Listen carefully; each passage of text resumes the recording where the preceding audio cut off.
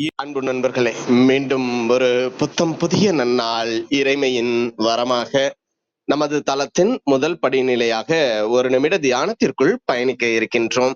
கண்களை மெலிதாக மூடிக்கொள்வோம், கரங்களை கோர்த்துக் கொள்வோம். இப்பிரபஞ்ச பெருவெளியில் உள்ள இறைமைக்கு மனதார நன்றி பகிர கிடைத்த மற்றும் ஒரு அற்புதமான நன்னாள் இது. இப்பொழுது நாம் உச்சரிக்க இருக்கும் ஒவ்வொரு வார்த்தைகளுடன் நன்றி உணர்வினையும் கலந்து இறைமைக்கு சமர்ப்பிப்போம். அன்பின் காணிக்கையாய் ஈன்றெடுத்து அன்றாடம் அமுதூட்டி அன்பாகவும் கருணையாகவும் மாறிப்போன அன்பு தாய்க்கு மனம் நிறைந்த நன்றி. ஒவ்வொரு நாளையும் ஒவ்வொரு பொழுதையும் தமது உழைப்பாலும் தியாகத்தாலும் குடும்பத்தை நிறைத்து அறிவாகவும் ஆற்றலாகவும் மாறிப்போன அன்பு தந்தைக்கு மனம் நிறைந்த நன்றி. பரிசுத்தமான இயற்கையை பரிசளித்து சென்ற நம் முன்னோர்கள் ஒவ்வொருவருக்கும் மனம் நிறைந்த நன்றி.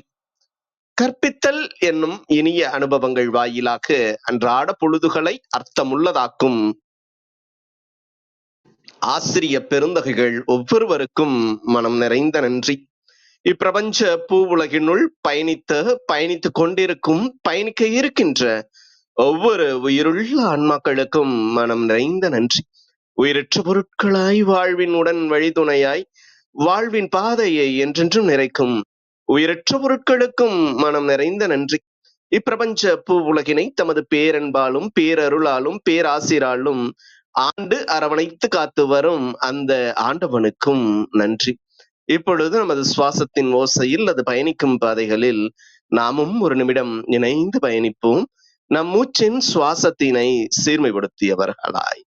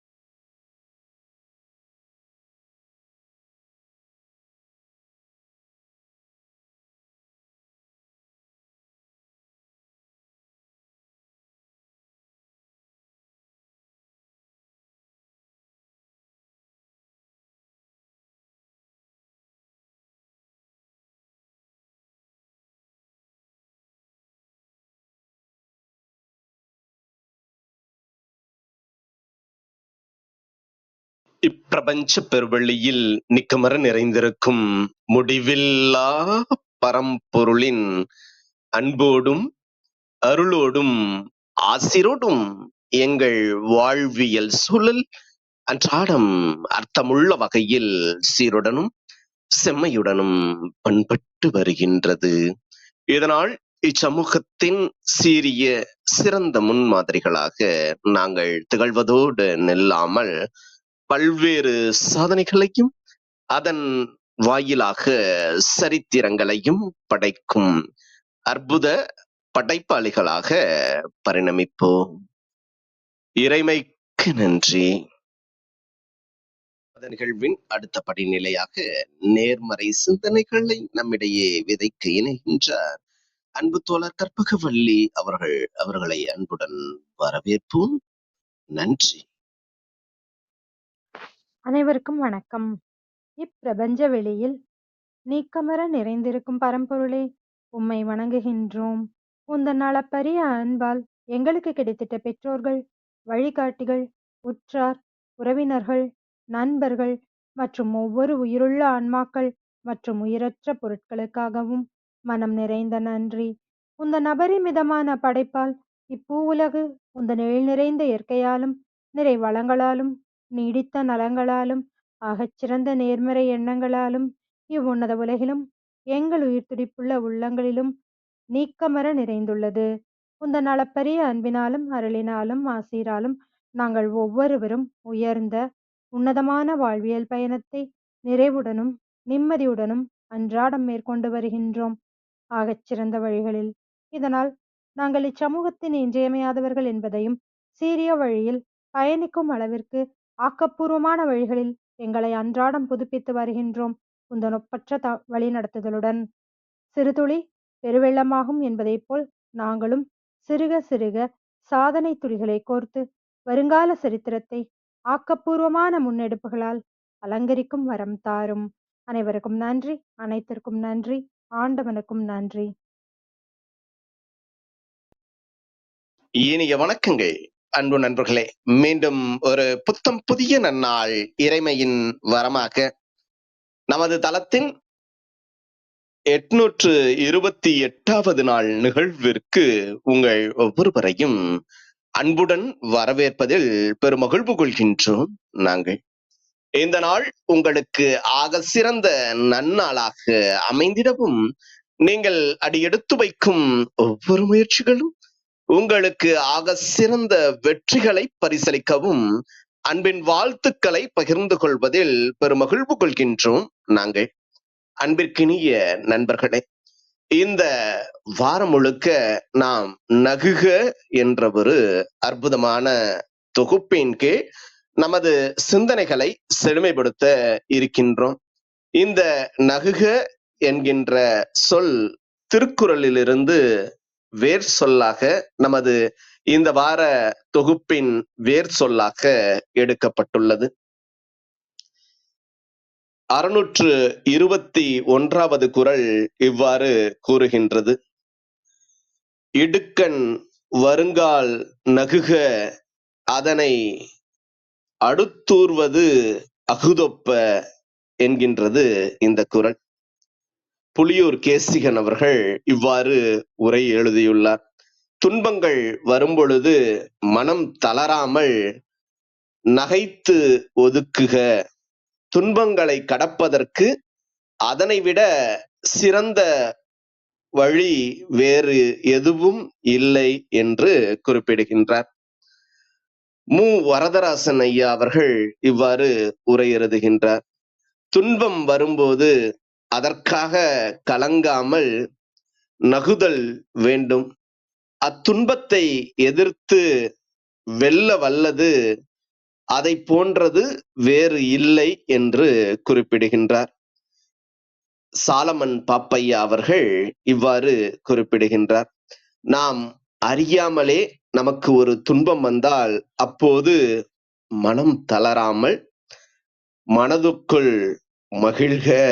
அந்த துன்பத்தை தோற்கடிக்க அம்மகிழ்ச்சியை போல் ஆற்றல் மிக்கது வேறெதுவும் இல்லை என்று சாலமன் பாப்பையா அவர்கள் உரை எழுதியுள்ளார். சோதனைகளை எதிர்த்து வெல்லக்கூடியது அந்த சோதனைகளை கண்டு கலங்காமல் மகிழ்வுடன் இருக்கும் மனம்தான் என்று கலைஞர் மு. கருணாநிதி அவர்கள் உரை எழுதியுள்ளார்கள். ஆம், அன்றாடம் நாம் எதிர்கொள்ளும் யதார்த்த வாழ்வியல் நிறைய நிறைய சவால்களை உள்ளடக்கிய வாழ்வியல் பயணமாக என்றும் இருக்கின்றது. சிறிய சவால்கள் நம்மை எதிர்கொள்ளும் பொழுது சோர்ந்து மனம் உடைந்து அதே இடத்தில் அப்படியே நின்று போகக்கூடியவர்களாக நமது வாழ்வியல் பயணம் எப்பொழுதும் இல்லாமல் ஒவ்வொரு துன்பங்களையும் நமது புன்னகை வாயிலாக எதிர்கொண்டு எதையும் சமாளிப்பதற்காக எதிர்கொள்வதற்காகத்தான் நாம் பிறந்திருக்கின்றோம். நமது வாழ்வியலை இன்னும் சிறப்பான வகையில் எடுத்து செல்வதற்கான படிகட்டுகளாக இந்த தடைகள் எப்பொழுதும் இருந்து கொண்டுதான் இருக்கின்றன. ஒரு மாணவனை பார்த்து ஆசிரியர் கேட்டாராம், எதற்காக வாகனத்தில் அந்த பிரேக் எனப்படும் தடையை வைத்துள்ளார்கள்? இல்லாமல் இருந்தால் வெகு சிறப்பாக இருந்திருக்குமே என்ற வினாவை எழுப்பினாராம். அப்பொழுது மாணவர்கள் அமைதி காத்தார்களாம்.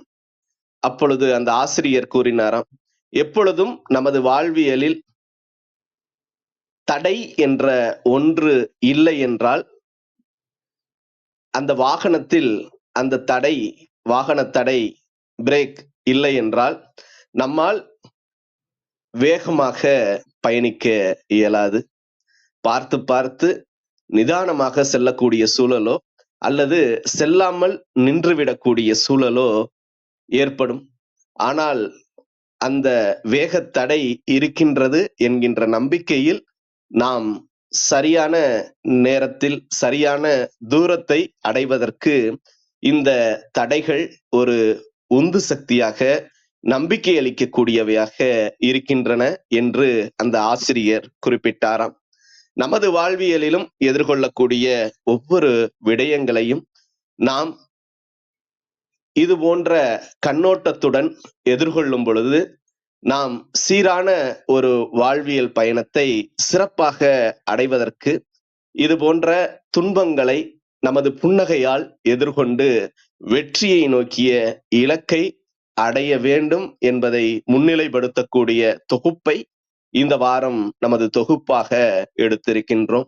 அதில் இன்று திருக்குறளும் வாழ்வியலும், வள்ளுவமும் வாழ்வியலும் என்கின்ற அற்புதமான ஒரு தலைப்பின் கீழ் அன்பு சகோதரர் ஆனந்த் பழனிவேல் அவர்கள் அற்புதமான சிறப்புரையை அதிகாலை அன்பு பரிசாக வழங்குவதற்காக நம்மிடையே இணைந்துள்ளார்.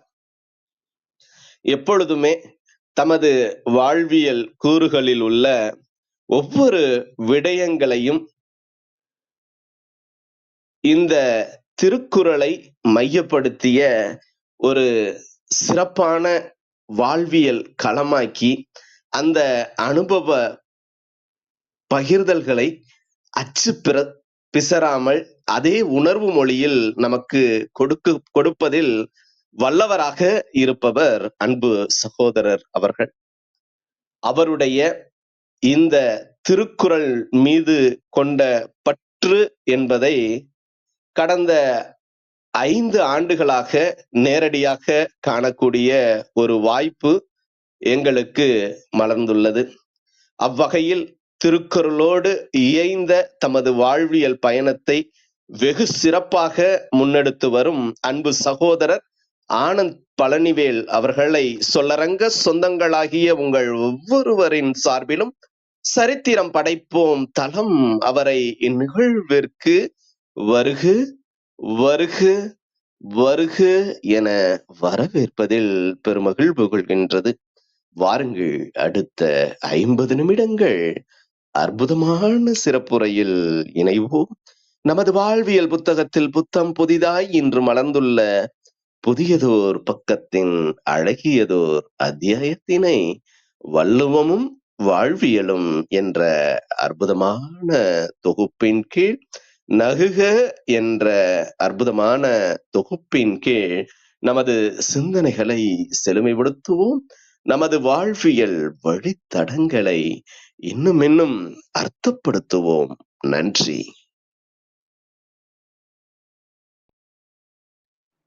அனைவருக்கும் வணக்கம். ஒவ்வொரு நாளும் ஒவ்வொரு தலைப்பெடுத்து உரை நிகழ்த்த முன்னெடுப்பு எடுத்து அதை வெற்றிகரமாக நடத்தி கொண்டிருக்கும் இந்த அவையில் திருக்குறளுக்கென்று தனி முக்கியத்துவம் கொடுத்து நிகழ்வுகள் எடுக்கும் அவையைச் சேர்ந்தவர்களுக்கு நன்றி. அவையில் எனக்கு 3வது முறையாக வாய்ப்பளித்தமைக்கு நன்றி. இந்த அவையில் மணிமணியான ஆட்களும் கலை செல்வங்களும் உரையாற்றி இருக்கும் போது நாம் உரையாற்றலாமா என்ற தயக்கம் என்னுள் இருந்தது. காரணம், உரையாற்றுபவர்களின் தகுதியாக இருக்க வேண்டுமே என்ற பயமும் கவலையும் என்னுள் இருந்தது.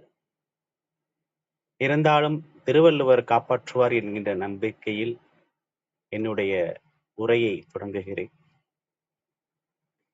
வள்ளுவமும் வாழ்வியலும் வாழ்நாள் முழுவதும் திருக்குறள் நம்மை தொடர்ந்து வந்து கொண்டுதான் இருக்கின்றது. அதை உணரும் போது வள்ளுவர் நம் வாழ்வியலில் கலந்து விடுகிறார். வள்ளுவம் நம்முடன் கலந்து அறம், பொருள், இன்பம் என்கின்ற முப்பாலும் முப்போகமாக நம்முடன் என்றும் இருக்கிறது. முதல் திருக்குறளை கூறிவிட்டு என்னுடைய பதிவை தொடங்குகின்றேன். அகர முதல எழுத்தெல்லாம் ஆதிபகவன் முதற்றே உலகு. எழுத்துலகின் முதல் எழுத்தான ஆவை போல என்னுடைய வாழ்க்கையில் முதலாக இருக்கக்கூடிய தாய் தந்தையரையும் குருவையும் கடவுளையும் வணங்கி உரையை தொடங்குகின்றேன். இன்று இந்த தலைப்பில் நான் முதலில் எடுத்துக்கொள்கின்ற குறள், தனக்கு ஓமை இல்லாதான் தாழ் சேர்ந்தார்க்கு அல்லால் மனக்கவலை மாற்றல் அரிது. தனக்கு ஓமை இல்லாதான் தாழ் சேர்ந்தார்க்கு அல்லால் மனக்கவலை மாற்றல் அரிது.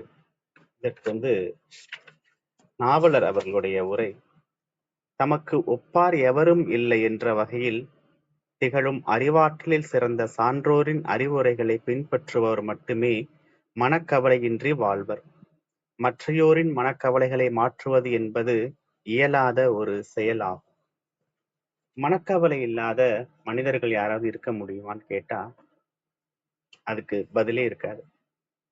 மனக்கவலையில் யாராவது சரியாக வாழ முடியுமா?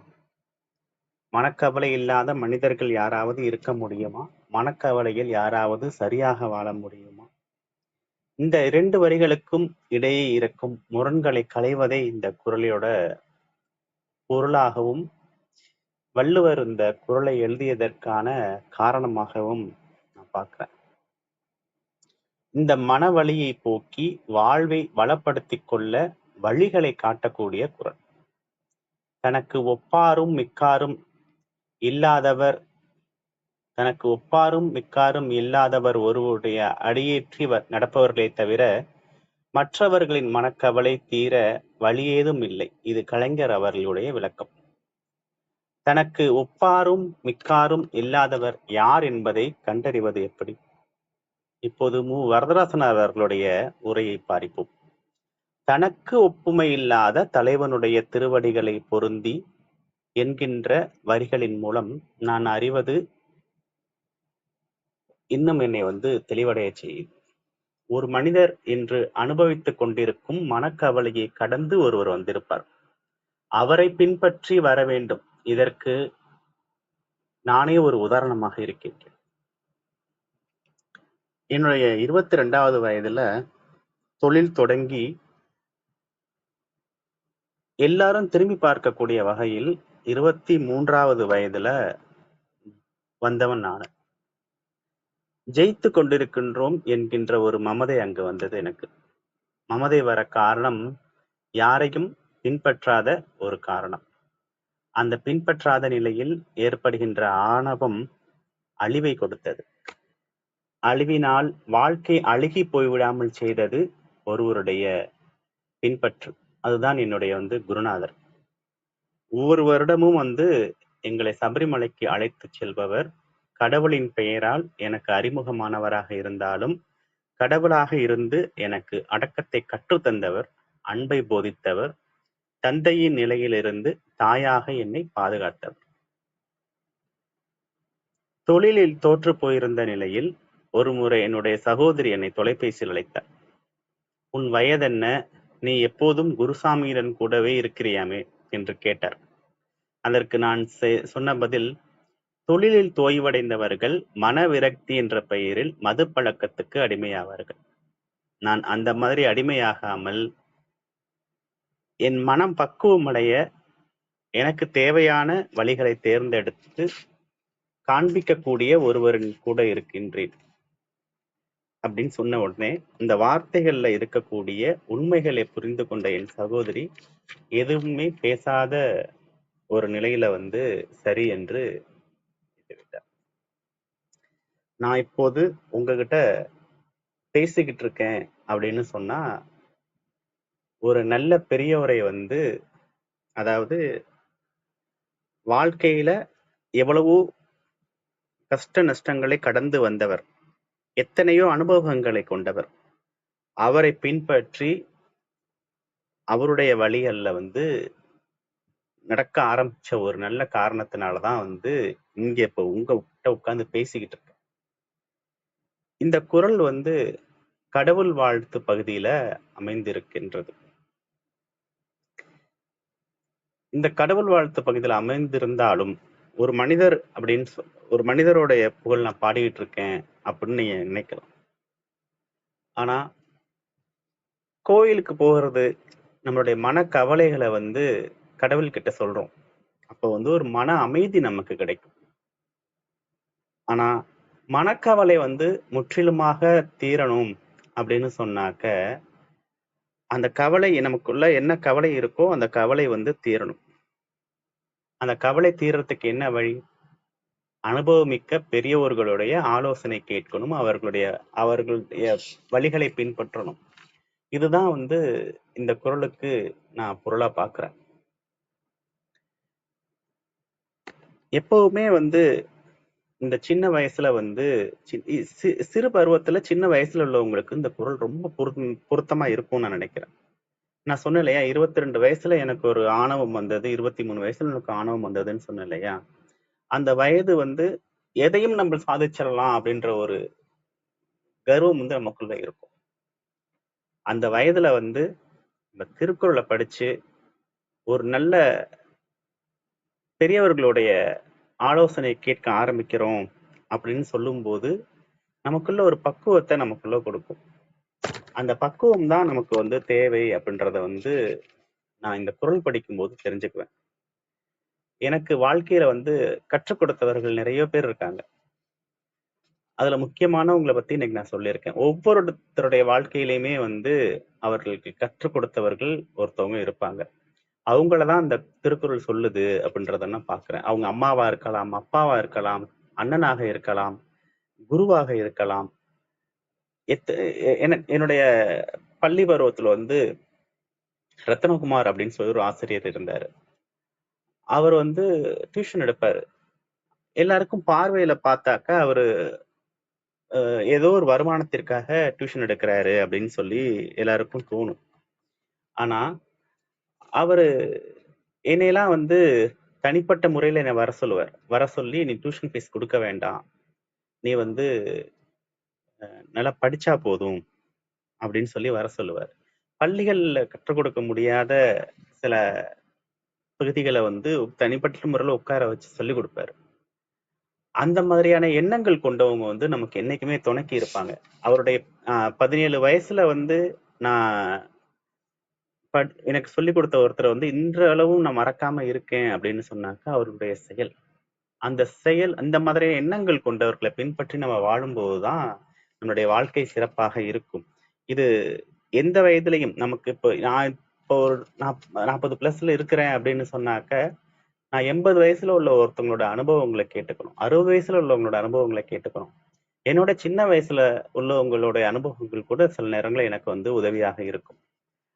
அந்த மாதிரியான நல்ல பாதைகளை வந்து பின்பற்றி நடக்கும்போது நம்மளுடைய வாழ்க்கை சிறப்பாக இருக்கும், நம்மளுடைய வழிகள் சிறப்பாக இருக்கும். வழிகள் சிறப்பாக இருக்கும்போது மனக்கவலை அப்படின்றது வந்து யாருக்குமே வந்து தவறான முடிவுகள் நம்ம போக மாட்டோம். அதனால ஏற்படக்கூடிய மனக்கவலைகள் இல்லாம இருக்கும்.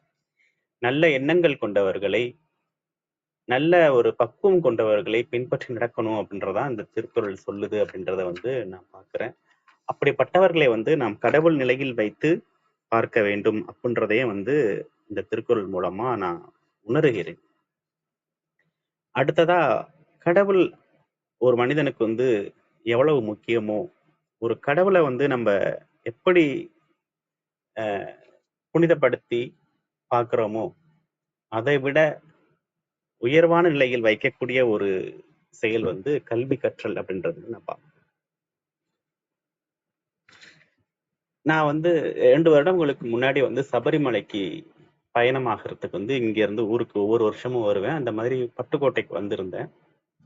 பட்டுக்கோட்டைக்கு வந்து எப்பவும் நாங்க இருமுடி கட்டுற கோயில்ல வந்து உட்கார்ந்து பேசிக்கிட்டு இருப்போம். அப்ப ஒரு பையன் அங்க வந்திருந்தான். நான் எல்லாரும் போனதுக்கு அப்புறம் குருசாமி என்கிட்ட வந்து தனிப்பட்ட முறையில மனம் விட்டு பேசுவாரு. அதற்காக வந்து அங்க அமர்ந்திருந்தேன். இந்த பையன் தான் கடைசியா அங்க இருந்து கிளம்பணும். அவன் அங்கிருந்து கிளம்புன பிறகு குருசாமி என்கிட்ட ஒரு வார்த்தை சொன்னாரு. இவனோட வீட்ல வந்து பூஜை வச்சிருந்தான். நான் அங்க போயிருந்த போது கண்ணீர் விட்டு அழுதுட்டேன் அப்படின்னு சொன்னாரு. அவர் வந்து பிறப்பு, இறப்பு 2யுமே வந்து சாதாரணமா எடுத்துக்கொள்ளக்கூடியவர். அவரு அழுதாரா அப்படின்னு சொல்லி எனக்கு ஒரு ஆச்சரியமா இருந்தது. அவரே பார்த்துக்கிட்டு இருந்தேன். அவரே சொல்லட்டும். இது என்ன காரணங்கிறத வந்து அவரே சொல்லட்டும் அப்படிங்கிறதுக்காக நான் அவரையே பார்த்துக்கிட்டு இருந்தேன். அவரே சொல்ல ஆரம்பிச்சாரு. இந்த பையன் 5 வயசா இருக்கும்போது இவனோட அப்பா இறந்துட்டாங்க அப்படின்னு சொன்னாரு. அப்ப என் மனசுக்குள்ள வந்து நம்மள போலவே ஒருத்தனா அப்படின்னு சொல்லி நினைச்சுக்கிட்டே இருக்கும்போது அடுத்த குண்ட வீசினாரு. இவன் 9வது படிக்கும்போது இவனுடைய தாய் புற்றுநோயால் மறைந்து விட்டார். புற்றுநோயால வந்து அவங்க இறந்துட்டாங்க அப்படின்னு சொல்லி சொன்னாரு. இப்ப வந்து இவன் எப்படி வளர்ந்தான் அப்படின்னு சொல்லி நான் கேட்டப்ப இவனையும் இவனோட தம்பியும் வந்து இவங்க மாமா கஷ்டத்தோட வளர்த்திருக்காரு அப்படின்னு சொல்லி குருசாமி சொன்னாரு. மறுநாள் வந்து நான் அவனை கோயிலுக்கு வந்திருந்தப்ப கூப்பிட்டு தனியா உட்காந்து பேசிக்கிட்டு இருந்தேன். அப்ப அவன் என்கிட்ட சொன்னதை வந்து இப்ப நான் சொல்றேன். இவன் 12வது படிக்கிற வரைக்கும் உங்க மாமா படிக்க வச்சிருக்காரு. அதுக்கப்புறம் 12வது வகுப்பு முடிச்சு பள்ளி தேர்ச்சியான பிறகு உங்க மாமா இவனை அழைச்சு உன்னை 12ஆம் வகுப்பு வரைக்கும் படிக்க வச்சுட்டேன். அடுத்து உன் தம்பி இருக்கான். அடுத்து எனக்கு 2 பிள்ளைங்க இருக்காங்க. அவங்கள பார்க்கணும். இங்க வீட்ல இரு. உனக்கு உணவுக்கு ஒரு பிரச்சனையும் இல்லை. ஆனா கல்லூரிக்கு பணம் கட்டுற அளவுக்கு எனக்கு வசதி இல்லைன்னு ஒரு நியாயமான காரணத்தை கூறியிருக்கிறார். அந்த பையனுக்கு ஒரு 17, 18 வயசுலயா என்ன செய்யறதுன்னு தெரியாம இருந்திருக்கான். ஒரு மளிகை கடையில, மொத்த மளிகை கடையில வந்து வேலைக்கு சேர்ந்திருக்கான். பகல் முழுக்க அவனை வந்து மிளகா மூட்டை தூக்க விடுவாங்களாம். மிளகா மூட்டை தூக்கி எடுத்துட்டு வண்டியில போய் ஏற்றுற வேலை அவனுக்கு. பகல் முழுக்க மிளகா மூட்டை தூக்குறதுனால இரவு முழுக்க வந்து அவனுக்கு உடம்பு எரியுமா. ராத்திரி வந்து அந்த உறங்க முடியாம தண்ணீரை எடுத்து மேல ஊத்திக்கிட்டு அப்படியே படுத்து தூங்குவானாம். இதை சொல்லும் போது எனக்கு அழுக வந்துருச்சு அவன் என்கிட்ட சொல்லும் போது. குருசாமி வந்து அவங்க வீட்டுல போய் அவங்க வீட்டு நிலைமையை பார்த்துட்டு அழுதாரு. இவன் இந்த சொன்ன உடனே எனக்கு அழுக வந்துருச்சு. அதுக்கப்புறம் எப்படிடா படிச்ச தம்பி படிச்ச அப்படின்னு கேட்டப்ப அவங்க பாட்டி வந்து ஒரு 10,000 ரூபாய் பணம் அவன்கிட்ட கொடுத்துருக்காங்க. அதை வச்சு படிச்சுக்க முடிஞ்சா அப்படின்னு சொல்லி கொடுத்துருக்காங்க. அத அதை எடுத்துக்கிட்டு அவன் போய் நின்ன இடம் தான் அவன் வாழ்க்கையில வந்து முக்கியமான இடம். பட்டுக்கோட்டை பாலிடெக்னிக்ல வந்து டிப்ளமா இன் மெக்கானிக்கல் இன்ஜினியரிங் சேர்ந்திருக்கான். அதுக்கு பின்னாடி வருஷம் பணம் கட்டிட்டோம், அடுத்து என்ன பண்ண போறோம் அப்படின்னு சொல்லி யோசிச்சிருக்கான். சென்னையில வந்து அவங்களோட உறவினர் ஒருத்தவங்களுக்கு வந்து கடிதம் எழுதி உதவி கேட்டிருக்கான். அதுக்கு அவங்க பதில் கடிதம் எழுதியிருக்காங்க. இப்ப நீ இந்த வருஷம் நீ பணம் கட்டி சேர்ந்துட்ட. இந்த க இந்த வருஷத்துல வந்து நல்ல மார்க்கு, நல்ல மதிப்பெண் வாங்கு. அடுத்த செமஸ்டருக்கு பணம் வாங்கி காமி, அடுத்த செமஸ்டர் அங்க பணம் கட்டுறோம் அப்படின்னு சொல்லி சொல்லியிருக்காங்க. முதல் செமஸ்டர்ல வந்து 87% மதிப்பெண் வாங்கி அந்த மதிப்பெண் பெட்டியலை வந்து தபால் மூலம் அவங்களுக்கு அனுப்பி வச்சிருக்கான். நல்ல மனம் படைத்த அவர்கள் 2 செமஸ்டருக்கு பணம் கட்டியிருக்காங்க. இது போல உதவிகள் வந்து மற்றவர்கள்ட்ட பெற்றும் பகுதி நேரத்துல வந்து வேலை செஞ்சும் 82% மொத்த மதிப்பெண் எடுத்து பாலிடெக்னிக்ல வந்து தேர்ச்சி அடைஞ்சிருக்கான். நான் அவனை பார்த்தப்ப சென்னையில ஒரு நிறுவனத்துல வந்து 18,000 சம்பளத்துல வேலை பார்த்து தன்னோட மாமாவுக்கும் கொடுத்துக்கிட்டு தான் தம்பியையும் படிக்க வச்சுட்டு இருந்தான். அவனை பார்த்தப்ப எனக்கு அவ்வளவு சந்தோஷமா இருந்தது. ஏன்னா எத்தனை பேர் உதவி பண்ணியிருந்தாலும், எத்தனை பேர் வந்து அவனை பார்த்து உதவி செய்ய நினைச்சிருந்தாலும், உதவி செய்ய நினைக்க வச்சதுக்கு வந்து காரணம் வந்து தன்னோட இளமையில வந்து அவன் கல்வி கற்றுக்கொண்டே ஆகணும் அப்படின்ற ஆர்வம். தனக்கு வந்து கல்விதான் வந்து சிறந்த ஆயுதமாக இருக்கும் அப்படின்ற ஒரு எண்ணம். அவனோட அந்த எண்ணத்தை வந்து நான் புரிஞ்சுகிட்டேன். புரிஞ்சுகிட்ட பிறகு அவனுடைய விவரங்கள் சிவியையும் கடவுச்சீட்டு நகலும் வாங்கிக்கிட்டு வந்து நான் இங்க நிறைய முயற்சிகள் எடுத்தேன். இப்ப நான் வேலை பார்க்கும் நிறுவனத்திலேயே வந்து மாதம் 60,000 ஊதியத்துல வந்து வேலை அவனுக்கு கிடைச்சிருக்கு. அக்டோபர் 6ஆம் தேதி வந்து அவன் இங்க வர்றான் தம்பி. அவன் வந்து இன்னைக்கு அவனுக்கு ஒரு இந்த பாடுபட்டு அவன் கிடைச்ச கல்வியினால அவன் வாழ்க்கை வந்து சிறக்கப் போகிறது. இந்த கல்வியினால அவனுக்கு கிடைச்ச வேலையினால அவன் வாழ்க்கை மட்டும்தான் வந்து சிறப்பாக இருக்க போகிறதா அப்படின்னு கேட்டாக்க அது கிடையாது. அவனோட தம்பி வாழ்க்கை சிறப்பாக இருக்கும். அவன் தம்பியை நல்லபடியா படிக்க வைப்பான். அவனுடைய மாமா குழந்தைகளை படிக்க வைப்பான். தனக்கு கிடைச்ச உதவியை நினைச்சு மற்றவர்களுக்கு அவன் செய்யக்கூடிய உதவியால எத்தனையோ பேர் வாழ்க்கை வந்து தலைக்கப் போகிறது. இதற்கு இதுக்கு அடிப்படையாக அமைந்தது வந்து ஒரு குறள் அப்படின்றத வந்து நான் இங்க பெருமையோட சொல்லிக்க ஆசைப்படுறேன். ஒருமைக்கண் தான் கற்ற கல்வி ஒருவருக்கு எளிமையும் ஏமாப்புடைத்து. ஒருவன் தன் வாழ்க்கையில் ஒரு குறிப்பிட்ட இளமை நிலையில் கற்ற கல்வியானது அவனுக்கு எழுச்சி தரக்கூடிய எல்லா வளர்ச்சி நிலையிலும் சென்று அவனுக்கு பாதுகாப்பாக அமையும், நன்மையை தரும். இத வந்து படிக்கும் போது எனக்கு அந்த பையனோட ஞாபகம் தான் வந்தது. நான் வந்து இங்க 17 வருஷமா ஓமன்ல இருக்கேன். ஆனா இந்த பையனோட வேலை நியமன கடிதம் என் கையில கிடைச்ச உடனே எனக்கு வந்து ஒரு சொட்டு கண்ணீர் வந்தது. கண்ணீர் வந்ததோட காரணம் என்ன அப்படின்னு சொன்னாக்க, அந்த பையனுடைய வாழ்க்கை நல்லா இருக்கும், இனிமே அவன் பொழைச்சுக்குவான், அவன் குடும்பம் 2 குடும்பங்கள் நல்லா இருக்கும் அப்படின்னு ஆரம்பத்துல நினைச்சேன். காரணம் இவன் குடும்பமும் தம்பி குடும்பமும் நல்லா இருக்கும் அப்படின்னு. இன்னும் ஆழ்ந்து யோசிக்கும் போது அவன் தம்பி, அவங்க மாமா குழந்தைங்க, அவன் மனசுல எத்தனை வேதனைகளை சுமந்துக்கிட்டு அவன் படிச்சிருப்பான். தன்னுடைய அப்பா இல்ல, அம்மா இல்ல, அவன் தண்ணீரை எடுத்து மேல ஊத்திக்கிட்டு தூங்கும் போதும் மனசுல வந்து எத்தனை வலிகள் இருந்திருக்கும். அந்த வலிகள் எல்லாத்துக்குமே வந்து ஒரு மருந்து தடவக்கூடிய வேலை நியமன ஆணையாக அதை நான் பார்த்தேன். அதை நான் பார்த்தப்ப இதுக்கெல்லாம் அடிப்படையாக இருந்தது வந்து கல்வி என்கின்ற ஆயுதம். இந்த நாம் பெரும்பாலும் வந்து ஜோதிகா வந்து ஒரு முறை வந்து ஒரு கருத்து சொல்லி சமூக வலைத்தளங்கள்ல வந்து நிறைய பேர் அவங்க விமர்சிச்சாங்க, பாராட்டினாங்க. இப்பவும் நான் சொல்றேன், என்னுடைய கருத்துக்கள்லையுமே வந்து கோயிலுக்கு நீங்க செலவு பண்ணுங்க, நான் வேண்டான்னு சொல்லல. இடத்துல கல்வி கற்க முடியாம இருக்கிற ஒரு பிள்ளைகளுக்கும் நீங்க செலவு பண்ணுங்க அப்படின்றதான் வந்து என்னுடைய வேண்டுகோளா வந்து இந்த அவையில் நான் வைக்கிறேன். ஒரு முறை வந்து என்கிட்ட இங்க செந்தில்னு ஒரு தோழர் இருக்காரு. அவர் என்னை அழைத்து ஒரு தேவகோட்டையில வந்து ஒரு பெண்ணுக்கு வந்து 10ஆம் வகுப்பு படிச்சுக்கிட்டு இருக்கு, அரசாங்க பள்ளியில வந்து புத்தகம் வந்து கொஞ்சம் மெதுவா தான் கொடுப்பாங்க. அந்த பொண்ணுக்கு புத்தகம் வாங்க வசதி இல்லை, என்ன பண்ணலாம் தோழர், இப்ப என்கிட்டயும் வந்து சரியா பணம் இல்லை, எப்படி அனுப்புறதுன்னு எனக்கு முதல்ல தெரியல அப்படின்னு சொன்னாரு. நான் வந்து அந்த பொண்ணோட முகவரி எனக்கு வாங்கி கொடுங்க அப்படின்னு சொல்லி அவங்ககிட்ட கேட்டிருந்தேன். முகவரி அனுப்பிட்டாரு. அவரு என்ன நிலைமையில இருக்காரோ, எப்படி இங்க இருந்து அனுப்ப முடியாதோ அதே நிலைமையில தான் நானும். எனக்கு என்ன பண்றதுன்னு தெரியல. சென்னையில வந்து 2-3 பேர்கிட்ட வந்து நான் உதவி கேட்டிருந்தேன். அவங்களோட வேலை சூழ்நிலையில வந்து எனக்கு வந்து அனுப்ப முடியல, நாளைக்கு அனுப்புறேன், மதியானம் அனுப்புறேன் அப்படின்னு சொல்லிட்டு அவங்களோட வேலை சூழ்நிலையில அனுப்ப முடியாம இருந்தாங்க. எனக்கு வந்து அந்த பெண்ணுக்கு எப்படியாவது இந்த புத்தகம் இன்னைக்கு போகணும், நாளைக்கு போகணும், இன்னும் 2 நாளைக்குள்ள போகணும் அப்படின்ற எண்ணம் எனக்கு வந்து வேலை செய்ய விடல.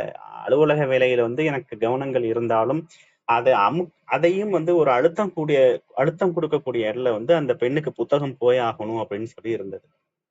அப்ப எனக்கு ஒரு தமிழ்நாடு பாடநூல் கழகம் அப்படின்ற ஒரு இணைய முகவரிக்கு போயிட்டு நான் பார்த்தேன், ஏதாவது அனுப்ப முடியுமா, இணையம் மூலமா அனுப்ப முடியுமா அப்படின்னு சொல்லி நான் பார்த்துக்கிட்டு இருந்தப்ப அந்த புத்தகம் விற்கும் கடைகளோட முகவரிகள் கொடுத்திருந்தாங்க. அப்ப தேவகோட்டை பக்கத்துல பரமக்குடின்ற ஊர்ல வந்து 2 கடைகளோட முகவரி கொடுத்திருந்தாங்க, அவங்களோட தொலைபேசி எண்ணும் கொடுத்திருந்தாங்க. உடனே நான் அவங்களுக்கு தொலைபேசியில வந்து அழைத்து இந்த மாதிரி இந்த முகவரிக்கு புத்தகம் அனுப்ப முடியுமா அப்படின்னு கேட்டேன். ஒரு கடையில வந்து ஆள் இல்ல அப்படின்னு சொல்லிட்டாங்க. இன்னொரு கடையில வந்து ஒருத்தர் அவர் வந்து பேசும்போதே தெரிந்தது. அவர் வந்து ஒரு அங்கே வேலை செய்யக்கூடியவர், ஏழ்மை நிலையில உள்ளவர் அப்படின்றது புரிஞ்சுக்கிட்டு அவர் பேசும்போதே சொன்னாரு, தெரிஞ்சது. அவர் வந்து நான் அனுப்புறேன் அப்படின்னு சொல்லிட்டு, நான் பணம் அனுப்புறேன் உங்களுக்கு. எந்த ஜிபே எப்படி இருக்குங்க? ஜிபேலாம் என்ட்ட இல்ல. எப்படி அனுப்புவீங்க? அப்படின்னு சொல்லி கேட்டாரு. கேட்டப்ப சொன்னாரு, சொல்லி அடுத்த வார்த்தை சொன்னாரு, ஓகே நீங்க எப்படினாலும் பணம் அனுப்புங்க. முதல்ல அந்த பொண்ணுக்கு நான் புத்தகம் அனுப்புறேன் அப்படின்னு சொல்லிட்டு புத்தகத்தை அனுப்பி வச்சுட்டு எனக்கு என்னை அழைத்தாரு. அழைச்சிட்டு நான் அப்புறமா சொன்னேன், உங்களுடைய யாராவது ஒருத்தவங்களோட முகவரி கொடுங்க, ஜிபே நம்பர் கொடுங்க, நான் அதை பணம் அனுப்பி வைக்கிறேன் அப்படின்னு சொல்லியிருந்தேன். அப்படி அவர் வந்து ஒரு நம்பர் கொடுத்தாரு. கொடுத்து முடிச்சுட்டு எந்த நம்பர் கொடுத்தாரோ அவருடைய வாட்ஸ்அப்ல இருந்து என்னை கூப்பிட்டு, என்கிட்ட வாட்ஸ்அப் போன்லாம் இல்ல, பட்டன் போன் தான் இருக்கு அப்படின்னு சொல்லிட்டு, எனக்கு நீங்க பணம் அனுப்ப வேண்டாம். நீங்க எவ்வளவோ தூரத்துல இருந்து ஒரு கல்விக்காக வந்து இந்த உதவி செய்யணும்னு நினைக்கிறீங்க. அதை நான் செஞ்சுதான் இருக்கட்டும், பணம் அனுப்பக்கூடாது அப்படின்னு சொன்னாரு. நான் சொன்னேன், என் முகம் உங்களுக்கு தெரியாது, ஆனா உங்க முகமும் எனக்கு தெரியாது. ஆனா ஒரு கல்வி அப்படின்ற இடம் வந்து நம்மளை இணைக்குது. அந்த கல்விக்கு வந்து உதவி செய்யணும்னு நான் நினைச்சு போன் பண்ணாக்க, உங்களுடைய சூழ்நிலைகள் உங்களுடைய சூழ்நிலையை மீறி நீங்க வந்து அந்த பிள்ளைக்கு வந்து புத்தகம் அனுப்பணும்னு நினைக்கிறீங்க. அந்த புத்தகம் அனுப்பணும்னு நினைக்கிற உங்களுடைய மனசு வந்து ரொம்ப சந்தோஷமா இருக்கு. நான் அனுப்புறேன். நான் இந்த அளவுக்கு 2 மடங்கு பணம் அனுப்புறேன். நீங்க வந்து இன்னும் 2 பேருக்கு வாங்கி கொடுங்க அப்படின்னு சொல்லி நான் அவர்கிட்ட சொன்னேன். அவரும் அதை வந்து ஏத்துக்கிட்டு 2 பேருக்கு அனுப்பி இன்னமும் வந்து என்னுடைய தொடர்புல அவர் இருக்காரு. இந்த கல்வி அப்படின்றது வந்து நம்மளை இணைக்குது.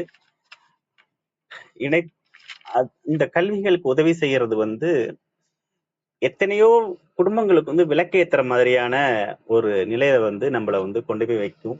அதனால கல்விக்கு எப்பவும் உதவி செய்யணும் அப்படின்றத வந்து இந்த அவையில கோரிக்கையா வச்சு இந்த குரலுடைய பதிவு. அடுத்ததா, துறந்தார் பெருமை துணை கூறின் வையத்து இறந்தாரை எண்ணிக் கொண்டற்று. நீத்தார் பெருமையில வந்து உள்ள குரல் இது. நீத்தார் பெருமையில வந்து பெரும்பாலான உரை ஆசிரியர்கள் வந்து பெரிய பெரிய மகான்களுடைய பெரிய பெரிய துறவரம் போன்றவர்களுடைய நிலைகளையும் சிறப்புகளையும் பற்றி எழுதியிருக்காங்க. ஆனா என்னுடைய பார்வை வந்து நம்ம கூடவே இருந்து எத்தனையோ பேர் வந்து தியாகங்கள் பண்ணியிருப்பாங்க. நம்ம தாய் நமக்கு எவ்வளவோ தியாகம் பண்ணியிருப்பாங்க. நம்ம தந்தை எவ்வளவோ தியாகம் பண்ணியிருப்பாங்க. நம்ம பக்கத்து வீட்டுக்காரங்க நமக்கு எவ்வளவோ தியாகம் பண்ணியிருப்பாங்க. அவங்களே வந்து நினைச்சு பார்க்கணும். நம்ம கண்ணுக்கு நேரா இருந்து மறைஞ்சு போனவங்களுடைய பெருமைகளை வந்து நான் பேசணும். அதுதான் நீத்தார் பெருமை அப்படின்றத வந்து நான் நம்புறேன். பட்டுக்கோட்டையில வந்து நான் சிறுவனாக இருக்கும்போது கலிய பெருமாள்னு ஒரு ஐயா இருந்தாங்க. அவங்க ஆரம்பத்துல வந்து ஊருக்கு நடுவுல வந்து ஒரு பெரிய வீட்டுல வந்து குடியிருந்தாங்க. அவங்க வந்து எல்லாம் பெரிய வீட்டுக்காரவங்க கூட சொல்ற அளவுக்கு, கிராமத்துல சொல்லுவாங்களே அந்த மாதிரி சொல்லக்கூடிய அளவுக்கு ஒரு பெரிய வீட்டுல இருந்தாங்க. நாங்கெல்லாம் இங்க விளையாட போவோம். அவங்க வீட்டுக்கு முன்னாடி நிறைய இடம் இருக்கும், விளையாட போயிருக்கோம். அதன் பின் நாங்க வளரும் போது அவங்க வீடு தேஞ்சுது. அந்த வீட்டை விட்டுட்டு ஒரு தெருவுக்கு நடுவுல வந்து ஒரு வீட்டுல குடியிருந்தாங்க. அதை விட ஒரு சின்ன வீடு. அந்த வீட்டுக்கும் நாங்க போயிருக்கோம். கடைசியாக அந்த ஐயா மரணம் அடையும் போது அதே தெருவுல கடைக்கோடியில ஒரு சின்ன வீட்டுல இருந்தாங்க. எனக்கு அப்பெல்லாம் தெரியாது இவங்க ஏன் வீடு மாறிக்கிட்டே இருக்காங்க, சொந்த வீடுனா என்ன அப்படின்றது வந்து எனக்கு தெரியல. அவங்க எல்லாருக்கும் அந்த ஐயா வந்து எல்லாருக்கும் உதவி செஞ்சே நொடித்து போனவர் என்று அப்படின்னு தான் அவரை வந்து அதுக்கப்புறம் நான் வந்து கேள்விப்பட்டிருக்கேன். அதுக்கப்புறம் நான் வெளிநாடு வந்துட்டேன். அவரை பற்றிய தகவல்கள் என்கிட்ட எதுவுமே கிடையாது. இப்படி இருக்கும்போது 2023 செப்டம்பர் மாசம் விடுப்புக்கு நான் ஓமன் நாட்டுல இருந்து நான் விடுப்புக்கு திருச்சி விமான நிலையத்துக்கு வந்தேன். என்னுடைய நண்பன் சிங்கப்பூர்ல இருந்து திருச்சி விமான நிலையத்துக்கு வந்தான். 2 பேருமே ஏற்கனவே பேசி இருந்தோம். 2 பேருக்குமே விமானம் தரையிறங்கும் நேரம் வந்து 15 நிமிடம் வித்தியாசம். அதனால ஒரே சிற்றுந்துல வந்து பட்டுக்கோட்டைக்கு போயிடலாம் அப்படின்னு திட்டமிட்டு இருந்தோம். நண்பர் வீட்டுல இருந்து வண்டி வந்துருச்சு. அதை ஓட்டிக்கிட்டு வந்தவர் வந்து அவர் நண்பனுடைய உறவினர். அவர் வந்து பட்டுக்கோட்டை சேர்ந்தவர் கிடையாது, திருவாரூரை சேர்ந்தவர். அவர்கிட்ட பேசிக்கிட்டே வரும்போது பட்டுக்கோட்டை வந்தடைந்தோம். பட்டுக்கோட்டையில இருந்து எங்களுடைய வீட்டுக்கு வழி சொல்லும் போது எங்க வீடு இருக்க தெருவை அடைஞ்ச உடனே அவர் என்ன கேட்டார், இங்கதான் நீங்க இருக்கீங்களான்னு கேட்டாரு. ஆமா அப்படின்னு சொன்னோடனே, இங்க கலியபெருமாள்னு ஒரு ஐயா இருக்காங்க இருந்தாங்களே தெரியுமான்னு கேட்டாரு. நான் ரொம்ப ஆச்சரியமா, எனக்கு தெரியுமே, ஆனா அவர் இறந்து கிட்டத்தட்ட 20 வருஷம் ஆச்சு. உங்களுக்கு எப்படி தெரியும் அப்படின்னா அவர் கேட்டப்ப, நீங்க பட்டுக்கோட்டையும் கிடையாது, திருவாரூர், உங்களுக்கு எப்படி அந்த ஐயாவை தெரியும் அப்படின்னு கேட்டேன். அதுக்கு அவர் சொன்னாரு, என்னுடைய நண்பன் வந்து படிக்க முடியாம வறுமை நிலையில இருந்தான். அவருக்கு வந்து இந்த ஐயா உதவி பண்ணி இப்ப அரசாங்க வேலையில அதிகாரியா இருக்கிறான் அப்படின்னு சொல்லி சொன்னாரு. அவர் இறந்து 20 வருஷம் கழிச்சும் அவர் செய்த உதவி வந்து அவரை இன்னும் உயிரோட வாழ வச்சுக்கிட்டு இருக்குன்னு தான் நான் பார்க்கிறேன். இது போல உதவிகளை வந்து அவர் செய்யறதுக்கு வந்து எவ்வளவு பற்றுகளை விட்டு இருக்க வேண்டும். தனக்குன்னு அவர் எதுவுமே செஞ்சுக்கல, தன்னுடைய வீடை வந்து பெருசுப்படுத்த நினைக்கல. பெரும்பாலானோர், இப்ப நானா இருந்தாலும் என்னுடைய ஆசை வந்து இன்னுமே வந்து சொத்துக்கள் வாங்க முடியுமா, நம்ம குடும்பத்தை வந்து இன்னும் கொஞ்சம் வீடை பெருசாக்க முடியுமா அப்படின்னு நினைச்சிருப்பேன். ஆனா தன்னுடைய வீடுகளை சுருக்கி கொண்டாருன்னு சொன்னா அவருடைய பற்றுகளை அவர் வந்து சுருக்கி கொண்டார். அவங்க பிள்ளைங்களுடைய விருப்பங்களை வந்து அவர் சுருக்கி கொண்டார். தன் மனைவியின் விருப்பங்களை அவர் சுருக்கினாரு. அவங்க பிள்ளைங்கள் வந்து கேட்கக்கூடியதை வந்து வாங்கி கொடுத்தாரா வாங்கி கொடுக்கலையான்னு தெரியல. ஆனா ஒரு எங்கேயோ இருந்த திருவாரூர்ல ஒருத்தருடைய கல்விக்கு வந்து உதவி பண்ணி அவர் இன்னைக்கு அரசாங்க அதிகாரியா இருந்து அவருடைய நண்பர் மூலமாக இவர் வந்து நமக்கு இங்க தெரிகிறாரு அப்படின்னு சொன்னா, அந்த மன நிறைவு வந்து அந்த பிள்ளைங்களுக்கு வந்து இப்ப நான் கேள்விப்படுறேன், இந்த மாதிரி கேள்விப்பட்ட அந்த பிள்ளைங்களுக்கு வந்து எவ்வளவு மன நிறைவு இருக்கும். இத வந்து நான் நன்றாக உணர்ந்தவர். எப்படின்னா 2018 வந்து நாங்க ஒரு வீடு கட்டி அதற்கு எளிய முறையில வீடு குடி போகும் விழா வந்து ஏற்படுத்தி இருந்தோம். அந்த விழாவுக்கு வந்து பொருட்கள் எல்லாம் வாங்கிக்கிட்டு வண்டியில வந்துகிட்டு இருந்தேன். அப்ப எங்களை போலவே கிராமத்தை விட்டு பட்டுக்கோட்டையில குடியேறி இருக்கிற ஒரு பெரியம்மா நடந்து போயிட்டு இருந்தாங்க. நான் வண்டியை நிப்பாட்டி, எங்க போறீங்க பெரியம்மா, வாங்க வண்டியில கொண்டாந்து விடுறேன் அப்படின்னு சொல்லி அழைச்சிட்டு போனேன். அப்ப என்னடா தம்பி இவ்வளவு பொருட்கள் வாங்கிட்டு எங்க போற அப்படின்னு என்கிட்ட கேட்டப்ப, வீடு குடி போறோம் பெரியம்மா, ரொம்ப எளிமையா பண்ணிக்கிட்டு இருக்கோம், அதனால ரொம்ப பெருசா சொல்ல முடியல, நீங்க வந்து இங்க இருந்தே வாழ்த்துங்க அப்படின்னு நான் சொன்னேன். அதுக்கு அவங்க சொன்னாங்க, நான் வாழ்த்துனாலும் வாழ்த்தாட்டியும் உன் பாட்டியும் அப்பாவும் செஞ்ச புண்ணியம் உங்களை நல்லா வாழ வைக்கும், தைரியமா போயிட்டு வாடான்னு சொன்னாங்க. எங்க கிராமத்துல ஒரு மாமா இருந்தாங்க. எங்களை பார்க்கும் போதெல்லாம், நாங்க கிராமத்துக்கு போகும் போதெல்லாம் எங்களை கட்டி அணைச்சு எங்ககிட்ட கொஞ்சுவாரு. அடுத்து சொல்லுவாரு, உங்க அப்பாவுக்கு என்னைக்குமே நான் கடமைப்பட்டிருக்கேன் அப்படின்னு சொல்லுவாரு. அந்த மாமாவோட அம்மா இறந்து போனப்ப அவரு அவங்க அம்மா இறந்து போனதுக்கு அழுகிறதா, அடுத்த செலவுக்கு பணம் இல்லையேன்னு நினைச்சு அழுகுறதான்னு சொல்லி தவிச்சு போய் நின்னாராம். அப்ப எங்க அப்பா போயிட்டு 500 ரூபா பணம் கொடுத்தாங்களாம். அப்ப எங்க அப்பா கொடுத்தப்ப 500 ரொம்ப பெரிய காசு அப்படின்னு சொல்லுவாரு. இத வந்து அவர் வாழ்நாள் முழுக்க சொல்லிக்கிட்டு இருந்தாரு. எங்களை பார்க்கும்போது அவருடைய வாழ்நாள் முழுவதும் எங்ககிட்ட வந்து சொல்லிக்கிட்டே இருப்பாரு. ஒருவர் மறைந்தாலும் அவர் வாழ்ந்து கொண்டிருப்பது வந்து அவர் பற்றுகளை விட்டு செய்த உதவிகள் மூலம் தான் வாழ்ந்துகிட்டு இருக்காங்க. ஒரு மனிதர் வந்து வாழ்நாள்ல அவர் இறந்த அன்னைக்கு கூடுகின்ற கூட்டம் வந்து அவர் யாருங்கிறத சொல்லும் அப்படின்றத வந்து நான் நம்புவேன். ஒரு மனிதரை வந்து இருக்கும்போது அவர் பத்தி நல்லது கெட்டது, அதுல 10 பேர் நல்லது சொல்லுவாங்க, அதுல 2 பேர் வந்து அவர் பத்தி கெட்டதா சொல்லுவாங்க. எல்லோருக்கும் நல்லதாக இருக்க முடியாது. ஆனா அவர் மறைந்த அன்னைக்கு கூடுகின்ற கூட்டம் சொல்லும் அவர் யாரு அப்படின்றத வந்து. ஒருவர் மறைந்தாலும் அவருடைய உதவிகள் மூலமாக அவர் வாழ்ந்து கொண்டிருக்கின்றார். பயன் தூக்கார் செய்த உதவி நயன் தூக்கின் நன்மை கடலின் பெரிது போன்ற இந்த குறள் செய்நின்றி அதிகாரத்துல இருக்கு. இந்த மாதிரியான குறள்கள் மூலமாக அவங்க என்ன சொல்லியிருக்காங்கன்னா, தனக்கு எதிர்காலத்துல அவங்க செஞ்ச உதவி அவங்களுக்கு என்ன பலன் கொடுக்கும் அப்படின்ற அவங்க யோசிச்சிருக்கவே மாட்டாங்க. இதை செய்யும் போது இந்த 500 ரூபாய் திரும்பி கிடைக்கும்னு எங்க அப்பா யோசிச்சிருக்க மாட்டாரு. அந்த பையன் படிச்சு நமக்கு நமக்கு எது செய்வான் அப்படின்னு அவங்க உதவி செய்யும் போது நினைச்சிருக்க மாட்டாங்க. இந்த பலன் எதிர்பார்க்காம அவங்க செஞ்ச உதவி வந்து அவங்கள இன்னைக்கு வரைக்கும் வாழ வச்சுக்கிட்டு இருக்கு அப்படின்னு தான் நான் பாக்குறேன். அவங்கள வாழ வச்சுக்கிட்டு இருக்குதுன்னு சொன்னாக்க, தங்களுக்கு கிடைத்த உதவியை வந்து மறக்காம பெருந்தன்மையுடன் இன்ன வரைக்கும் சொல்லிட்டு இருக்காங்க இல்லையா, அந்த சொல்கள் மூலமாக வாழ்ந்து கொண்டிருக்கிறாங்க அப்படின்றது வந்து நான் இதுதான் வந்து துறந்தார் பெருமையா நான் நினைக்கிறேன். அவங்க இதே மாதிரி ஒவ்வொருத்தரும் ஆரோக்கிய விருட்டா தோழரா இருந்தாலும், கற்பகவழி தோழரா இருந்தாலும், அவங்களுடைய வாழ்க்கையிலையும் கடந்து வந்திருப்பாங்க. அவங்க பார்க்கக்கூடிய ஆட்கள் இருப்பாங்க. அவங்கள பத்தி பேசக்கூடிய அதிகாரமா தான் துறந்தார் பெருமை அப்படின்றத வந்து நான் பார்க்கிறேன். ஒவ்வொரு மனிதர்களும் தான் செய்யக்கூடிய உதவிகள் மூலமாக வாழ்ந்து கொண்டு இருக்கிறார். இன்னைக்கு நகுக அப்படின்ற ஒரு தலைப்பு எடுத்திருக்கோம். நகுதல் அப்படின்ற ஒரு தலைப்பு எடுத்திருக்கோம். இதனுடைய நம்ம வாழ்க்கையில எவ்வளவு கஷ்டம் இருந்தாலும் அந்த கஷ்டத்தை வந்து போக்கக்கூடியது வந்து ஒரு மகிழ்ச்சி அப்படின்றது வந்து எப்படி இருக்கும் அப்படின்னு சொன்னோம்னா, மகிழ்ச்சியோட வாழ வைக்கிறது எதுன்னு சொன்னா பிறரை சந்தோஷப்படுத்துறது. பிறருடைய கஷ்டங்களை களைவது வந்து நமக்கு ஒரு மகிழ்ச்சியை கொடுக்கும் அப்படின்னு நான் நம்புறேன். ஒவ்வொரு இடத்துலயும் வந்து தன்னை பற்றி மட்டும் யோசிக்காமல் பிறரை பற்றி யோசிக்கும் போது அதில் கிடைக்கக்கூடிய மகிழ்ச்சி என்பது வந்து நமக்கு வந்து ஒரு தன்னம்பிக்கையை கொடுக்கும். நம்மளுடைய வாழ்க்கையை சிறப்பாகும் அப்படின்றத வந்து நான் அகுதல் அப்படின்றதுக்கு வந்து பொருளாகவும் எடுக்கிறேன். அடுத்ததாக வந்து ஒரு பொருள், இல்லாதவற்றை நிலையின் என்று உணரும் புல்லறிவாண்மை கடை. நிலையாமை அதிகாரத்துல இருக்கக்கூடிய ஒரு குறள், அற்புதமான குறள். எல்லாருமே வந்து தெரிஞ்சுக்க வேண்டிய ஒரு குறளாக இதை நான் பார்க்கிறேன். எங்க பட்டுக்கோட்ல வந்து நாங்க குடியிருந்த இடத்துல வந்து ஒரு பெரியம்மா பெரியப்பா இருப்பாங்க. அவங்களுக்கு வந்து 4 பசங்க, ஒரு பொண்ணு.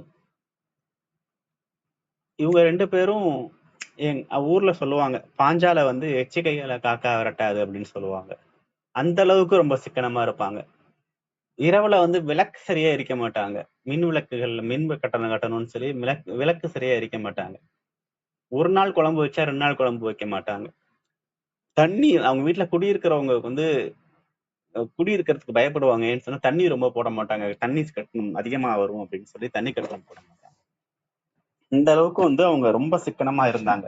எந்த நிலைமையில இருந்தாங்கன்னா, அவங்கள வந்து ஒரு மிராசுதார்னு சொல்லக்கூடிய நிலையில இருந்தாலும் அவர்கள் வந்து ரொம்ப சிக்கனம் கிடையாது, கஞ்சத்தனமா இருந்தாங்க. அந்த கஞ்சத்தனமா இருக்கும்போது அவங்களுக்கு வந்து பணம் சேர்ந்து கொண்டே இருக்கும். அவங்க சொல்லுவாங்க, நமக்கு என்னப்பா, நம்ம பிள்ளைங்களை நல்லபடியா வாழ வைக்கணும், பிள்ளைங்களுக்கு சேர்த்து வைக்கணும் அப்படின்னு சொல்லுவாங்க. அவங்க பிள்ளைங்களை நல்லபடியா வளர்த்தாங்க. பணம் அப்படின்றத வந்து எப்படி சேர்க்கணும்னு அவங்க பிள்ளைங்களுக்கு சொல்லி கொடுத்தாங்க. ஆனா அது எங்க போய் முடிஞ்சது அப்படின்னு சொல்லி கேட்டா, தன்னுடைய பெற்றோர்களை தன்னுடன் வைத்துக் கொண்டால் நாம் செலவு செய்ய வேண்டும் அப்படின்ற எண்ணத்துல வந்து அந்த பிள்ளைங்களை கொண்டு போய் விட்டது. இவங்க கை கால் நல்லா இருந்த வரைக்கும் இவங்க யாருமே எதிர்பார்க்காம வாழ்ந்துகிட்டு இருந்தாங்க. இவங்களுடைய வயதான காலத்துல அவர்களுடைய பிள்ளைகள் என்ன நினைத்தாங்க அப்படின்னு சொன்னா, அவங்க பெற்றோர்கள் சொல்லி கொடுத்தாங்க இல்லையா, பணம் சேர்க்கணும் பணம் சேர்க்கணும் பணம் சேர்க்கணும் பணம் சேர்க்கணும் அப்படின்ற வார்த்தைகள் அவங்க மனசுல போய் பதிஞ்சு, தன்னுடைய பெற்றோர்களை வைத்துக் கொண்டால் அவர்களுக்கு செலவு செய்ய வேண்டும், அப்ப நம்ம பணம் சேர்க்க முடியாது அப்படின்ற நிலைமைக்கு வந்தாங்க. கடைசியில அந்த பெரியம்மா ஒரு நாள், அவங்க ரொம்ப ரோஷமா இருப்பாங்க, மருமகள் ஏதோ சொன்ன வார்த்தைக்காக தன்னோட உயிரை வந்து அவங்களே மாச்சுக்கிட்டாங்க. இப்ப இங்க என்ன, அவங்க பாடுபட்டு சேர்த்த பணம் அவங்கள வந்து எந்த இடத்துலயுமே காப்பாத்தல. அந்த பணம் அவங்களுக்கு நிலைக்கவில்லை. அந்த பணம் வந்து நிலையாமையாக அவங்களுக்கு இருந்தது. அவங்களுக்கு வந்து அவங்க எவ்வளவு கஷ்டப்பட்டு சேர்த்திருப்பாங்க அந்த பணம். அந்த பணம் அவங்களுக்கு உதவி பண்ணுச்சா அப்படின்னு கேட்டா உதவி பண்ணவே இல்லை. அப்ப அந்த பணம் வந்து அவங்களுக்கு நிலைக்கல, நிலையாமையாக தான் இருந்திருக்கு. அதுக்கப்புறம் அந்த பெரியப்பாவும் ரொம்ப மனசு வருத்தப்பட்டு தான் இறந்தாரு அப்படின்றத வந்து நான் கேள்விப்பட்டேன். இங்க வந்துட்டேன், கேள்விப்பட்டேன். இதே நேரத்துல அந்த பிள்ளைங்களுக்கு வந்து அன்பு சொல்லி கொடுத்திருந்தாங்கன்னா, எவ்வளவு பணம் இருந்தாலும் தன்னுடைய மனதிற்குள்ள அன்பை அவங்க விதைச்சிருந்தாங்கன்னா, அவங்களுக்கு வந்து அந்த பிள்ளைங்க வந்து பார்த்திருப்பாங்க. பணம் அப்படின்றது அவங்களுக்கு குறைவாக இருந்திருக்காது. அதன் மூலமா அவங்களுடைய சொத்துக்கள் நிறைய இருந்தது. அதனால பணம் வந்து அப்படி அவங்களுக்கு வந்து குறைவா இருந்திருக்காது. ஆனா அன்பு என்கின்ற ஒரு நிலையாக இருக்கக்கூடிய பொருளை வந்து அவங்க கத்துக் கொடுக்காததுனால, அவங்க நிலையாமை அப்படின்ற பணம் அப்படின்ற நிலையாமையை கத்துக் கொடுத்ததுனால அவங்க வாழ்க்கைக்கு வந்து அவங்க பாடுபட்ட சேர்த்த பணம் நிலையாமை அப்படின்ற நிலைமையில வந்து கொண்டு போய் விட்டது. எனக்கு ஒரு பையனை வந்து தெரியும். முகநூல் ஃபேஸ்புக் மூலமா ஒரு பையனை தெரியும். அந்த பையனுக்கு வந்து 32 வயசு ஆகுது. 32 வயசுல அவன் என்கிட்ட சொன்னான், "அண்ணா எனக்கு ஒரு பொண்ணு பார்த்து கல்யாணம் பண்ணி வைங்க. ஜாதியெல்லாம் ஒரு பிரச்சனையே கிடையாது." அப்படின்னு சொல்லி சொன்னான். "சரிடா தம்பி" அப்படின்னு சொல்லி நிறைய பேர்ட்ட நான் சொல்லியிருந்தேன். ஒரு பெண் வந்து நான் வந்து என்னோட தோழர் ஒருத்தர் மூலமா ஒரு பெண்ணை வந்து அங்க நான் பார்த்து பேசுறதுக்கு அவனுக்கு சொல்லியிருந்தேன். ஃபோட்டோலாம் அனுப்பியிருந்தேன். இந்த மாதிரியான இங்க ஒரு பொண்ணு இருக்குடா அப்படின்னு சொல்லிட்டு எல்லா டீட்டெயிலும் உங்க வீட்டுல பேசிட்டு சொல்லு, உங்க அம்மா அப்பாட்ட பேசு அப்படின்னு சொல்லியிருந்தேன். அந்த நேரத்துல வந்து அவங்க வீட்டுல வந்து ஒரு பெண் பார்த்திருக்காங்க. பெண் பார்த்திருக்கும் போது இந்த மாதிரி சொன்னோம். என்கிட்ட வந்து ஆரம்பத்துல வந்து ரொம்ப ஆர்வமா பேசின பையன் வந்து சின்ன தயக்கங்களோட என்கிட்ட பேசணும். ஒருத்தர் பேசும்போதே அந்த இடத்துல நமக்கு தயக்கங்களை புரிஞ்சுக்க முடியும்ல. அதனால தயக்கமா நீ பேசுறப்ப எனக்கு தோணுது, நீ என்ன தயக்கத்துல பேசுற எனக்கு தெரியல, அதை நீ என்கிட்ட எதுவா இருந்தாலும் வெளிப்படையா சொல்லு அப்படின்னு சொல்லும்போது அவன் என்கிட்ட சொன்ன விஷயம் வந்து, எங்க வீட்லயும் ஒரு பெண்ணு பார்த்திருக்காங்க, அப்பா அம்மா போய் பார்த்துட்டு வந்திருக்காங்க அப்படின்னு சொன்னான். சரி சந்தோஷம். நீ வந்து இப்ப என்ன நினைக்கிற அப்படின்னு கேட்டப்ப, வீட்டுல உள்ள பொண்ணு வந்து அப்பா அம்மா பார்த்த பொண்ணு வந்து அஹ், பேசட்டும், அது சரியா வரலைன்னா இதை பேசிக்கலாம் அப்படின்ற மாதிரி சொன்னான். அதுக்கப்புறம் வந்து அவன்கிட்ட பேசிட்டு இருக்கும் போதுதான் அவனுடைய நோக்கம் எனக்கு தெரிஞ்சது. அவங்க அப்பா அம்மா பார்த்த பொண்ணு வந்து அவனுடைய சாதி. இப்ப இந்த நம்ம சொன்ன பெண் வந்து அரசாங்கத்தால் பட்டியல் இனத்தவர் என்ற ஷெட்யூல்டு கேஸ்ட் அப்படின்ற இடத்துல வந்து அந்த பொண்ணு இருந்தது. இதுதான் அவனுடைய தயக்கமா இருந்தது. ஆரம்பத்துல வந்து நான் வந்து எந்த பெண்ணா இருந்தாலும் சாதி வித்தியாசம் எனக்கு கிடையாது அப்படின்னு சொன்ன பையன் வந்து அவனுடைய சாதியில ஒரு பெண்ணு கிடைக்குது அப்படின்றப்ப அத அவன் தேர்வா எடுக்கிறான். இங்க வந்து சாதி அப்படின்ற ஒரு விஷயத்துல வந்து அவன் போய் அங்க நிக்கிறான் அப்படின்றத வந்து நான் புரிஞ்சுக்கிட்டு இந்த பையனுக்கு வந்து சாதி எண்ணங்கள், சாதிய எண்ணங்கள் மனசுக்குள்ள இருக்கு அப்படின்றத வந்து நான் அதுல புரிஞ்சுக்கிட்டு அப்படியே கொஞ்சம் விலக்கி வந்தேன் நான். அடுத்ததா இங்க மஸ்கட்ல வந்து ஒரு கடை, தமிழர்கள் கடை வந்து நம்ம தமிழ்நாட்டு பொருட்கள் வந்து ரொம்ப குறைவான கடைகள் வந்து அப்ப இருந்தது. அப்போ ஒருத்தர் கடையை ஆரம்பிச்சாரு. நான் நம்மளோட தமிழ் ஆளு அப்படின்றதுக்காக நிறைய பேருக்கு வந்து அந்த கடைகளை சொல்லி அங்கே போய் பொருட்களை வாங்குங்கன்னு சொல்லி அனுப்பிச்சு விட்டுருந்தோம். ஒரு நாள் அந்த கடைக்கு போயிருந்தப்ப அந்த கடையோட நுழைவு கல்லாப்பேட்டி இருக்கும் இல்லையா, அந்த கல்லாப்பேட்டிக்கு நேரா வந்து அவர் சார்ந்த சாதியோட பெரிய நாட்காட்டியை வந்து அங்க மாட்டி வச்சிருந்தாரு. நான் கேட்டேன் அவர்கிட்ட, இந்த நாடு கடந்து வந்தும் உங்களுக்கு வந்து சாதின்றத வந்து விட முடியல அப்படின்னு சொல்லி அவங்ககிட்ட கேட்டேன். கேட்டப்ப சொன்னாரு, என்னுடைய ஸ்பான்சரும் வந்து இதுதான் சொன்ன, இந்த எதுக்கு இந்த மாதிரியான ஒரு படங்கள் உள்ள போட்டோ மாட்டிருக்க அப்படின்னு சொல்லி கேட்டாரு, நீங்களும் கேக்குறீங்க அப்படின்னு சொன்னாரு. ஆமா, ஒரு மனிதர்கள் அப்படின்றத முதல்ல பாருங்க. மனிதர்கள் கூடிய ஒவ்வொரு சக மனிதர்கள் கூடிய நீங்க செலுத்தக்கூடிய அன்பு தான் வந்து உங்களுக்கு வந்து சாதிய வந்து சக அன்பு தான் வந்து உங்களுக்கு நல்ல முன்னேற்றத்தை கொடுக்கும். இதுக்கப்புறம் இந்த கடைக்கு நான் வந்து வர்றது வந்து நான் யோசிப்பேன். ஏன்னு சொன்னா உங்க சாதிக்காரங்களை வச்சு நீங்க இந்த கடையை நடத்திக்கோங்க அப்படின்னு சொல்லிட்டு நான் வந்தேன்.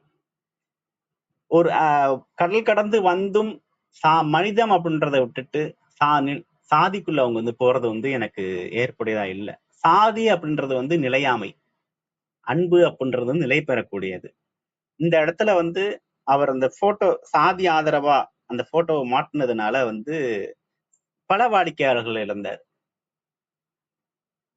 இங்க ஒரு நண்பர் ஒருத்தர், என்னுடைய கூட வேலை பார்க்கக்கூடிய ஒருத்தர், பட்டுக்கோட்டை பக்கம் உள்ள ஊர். என் கூட பட்டுக்கோட்டை பக்கம் இன்னொரு தம்பி, வேற ஒரு நிறுவனத்துல வேலை பார்க்கக்கூடிய தம்பி, சொந்த தம்பியாக நினைக்கக்கூடிய ஒருத்தர் வந்து என் கூட பழக்கமானாரு. நான் ஒரு முறை கடைக்கு போயிருந்தப்ப இவரை அறிமுகப்படுத்தி வச்சப்ப 2 பேருமே வந்து 1 கிலோமீட்டர், அவங்க வீடும் எங்க வீடும் 1 கிலோமீட்டர் பக்கத்துல இருக்குது அப்படின்றதுனால அவங்கள வந்து என்கிட்ட வந்து அவர் 2 பேரும் எண்களை பரிமாறிக்கொண்டார்கள். எண்களை பரிமாறிக்கொண்ட பிறகு என்னுடைய தம்பி, அதாவது என்னுடைய நிறுவனத்துல வேலை பார்க்காத மற்றொரு நிறுவனத்துல வேலை பார்க்கக்கூடிய தம்பி வந்து என்கிட்ட ஒரு நாள் எனக்கு அழைத்து, அவங்க அவங்க எப்படி அவங்க வீட்டுக்கு என்னை கூப்பிடுறாங்க, நான் போலாமா அப்படின்னு கேட்டான். நான் சொன்னேன், நீங்க 2 பேரும் அறிமுகப்படுத்தி விட்டுட்டேன்.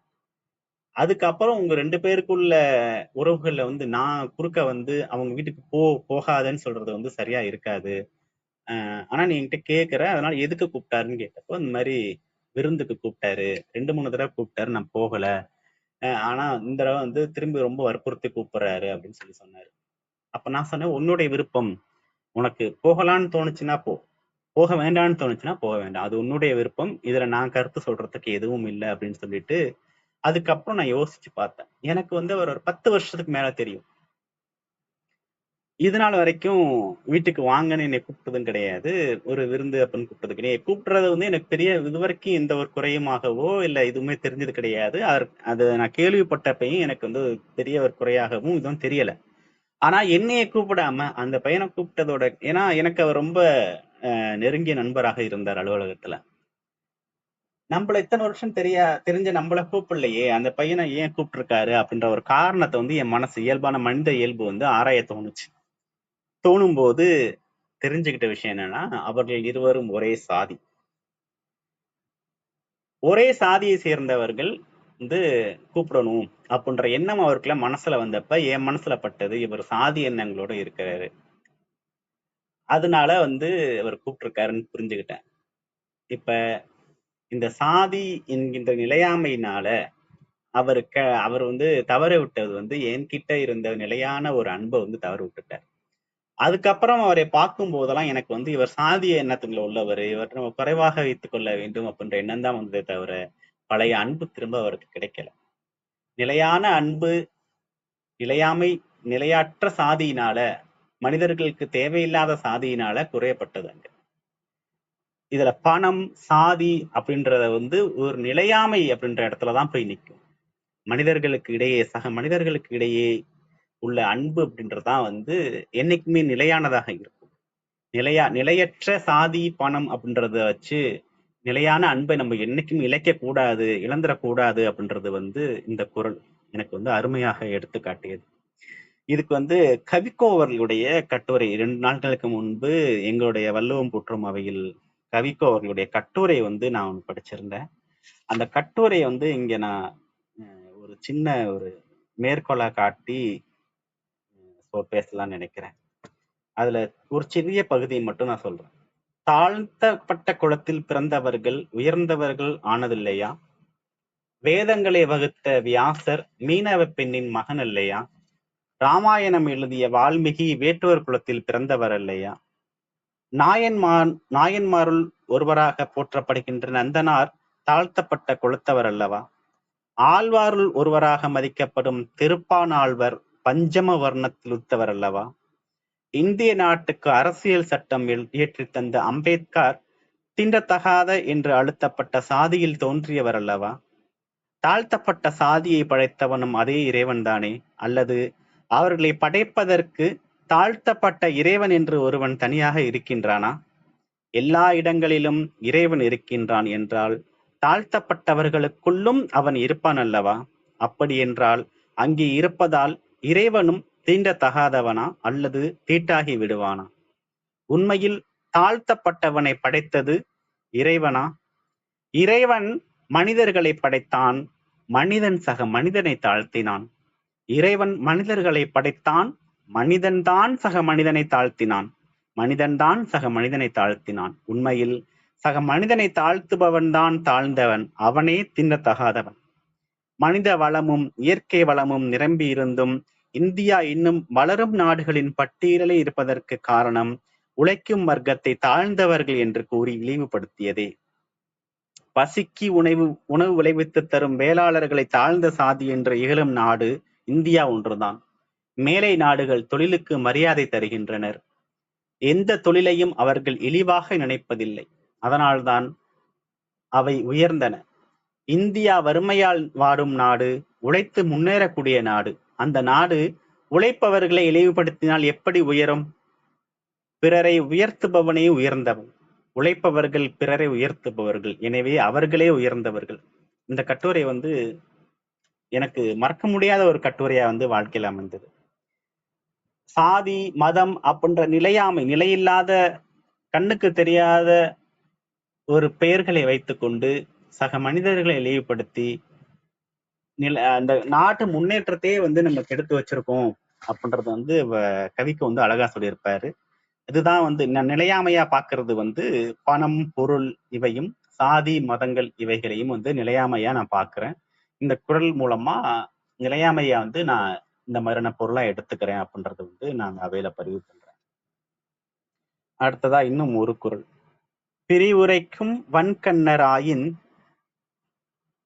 அரிதவர் நல்குவர் என்றும் நகை. பிரிவுரைக்கும் வன்கண்ணர் ஆயின் அரிதவர் நன்குவர் என்னும் நகை. ஒரே ஒரு நிமிடம்.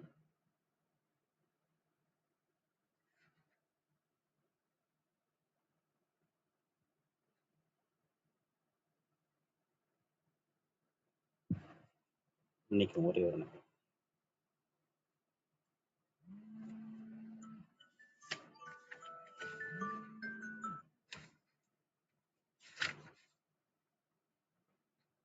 பிரிவாற்றாமை அப்படின்றது இந்த குறள் இன்பத்துப்பால்ல பிரிவாற்றாமை அதிகாரத்துல இந்த குறள் இருக்கு. பிரிவுரைக்கும் வன்கண்ணராயின் அரிது அவர் நல்குவர் என்னும் நகை. காதலர் தாம் பிரிந்து போவதை நம்மிடம் சொல்லுகின்ற அளவுக்கு கொடுமையுடையவராக இருப்பாரே, ஆனால் அவர் திரும்பி அன்பு காட்டுவார் என்று எண்ணுகின்ற ஆவல் வீணே ஆனதாகும்.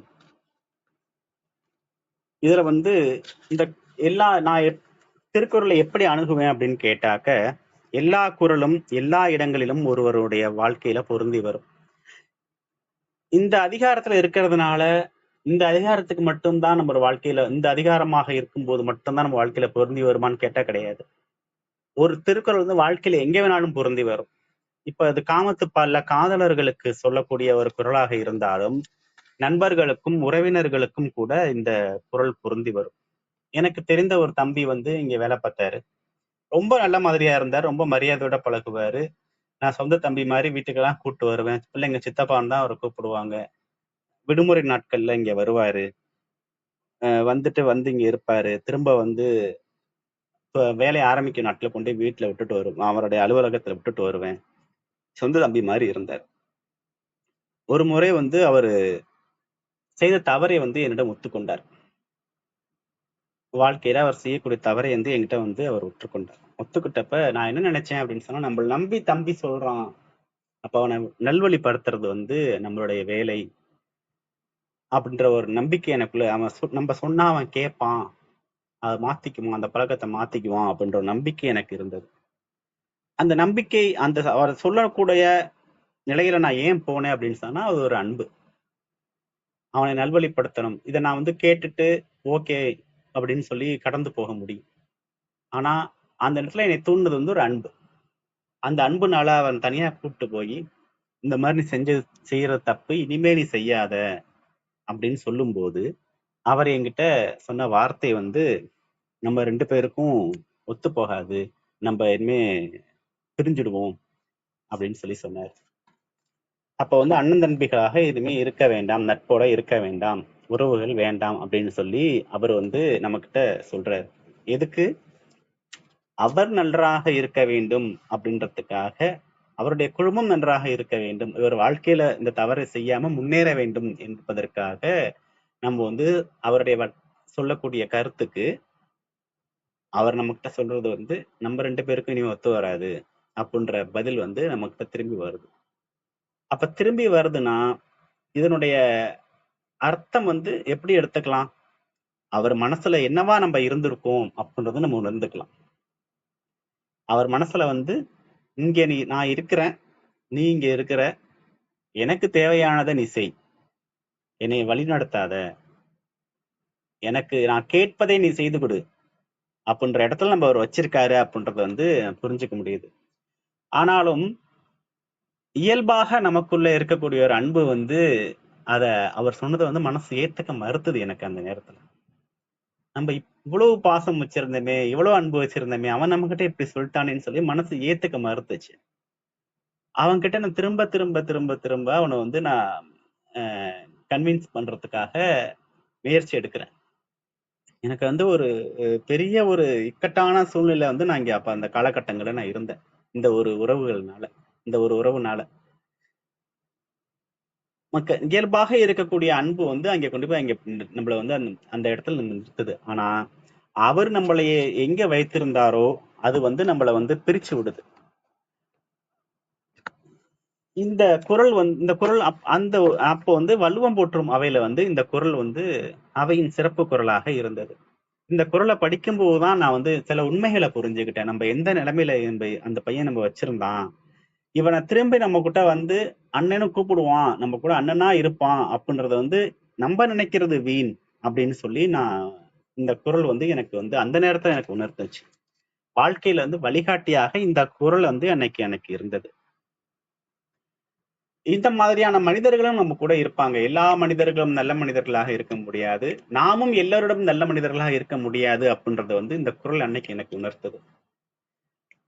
இது வந்து இந்த குரல் எதுக்காக பெரும்பாலும் எடுத்துட்டு வந்து சொன்னேன்னா, வாழ்க்கையில வந்து குரல்கள் வந்து வழிகாட்டியாக என்னுடைய வாழ்க்கையில இருந்திருக்கு அப்படின்றது வந்து நல்லதும் சொல்ல வேண்டும், கெட்டதும் சொல்ல வேண்டும் அப்படின்றதுக்காக தான் இந்த குரல் நான் எடுத்துட்டு வந்து நான் சொன்னேன். இன்னும் ஒரு குரல் கூறி என்னுடைய பதிவை நிறைவு செய்கின்றேன். குரல் எண் 481.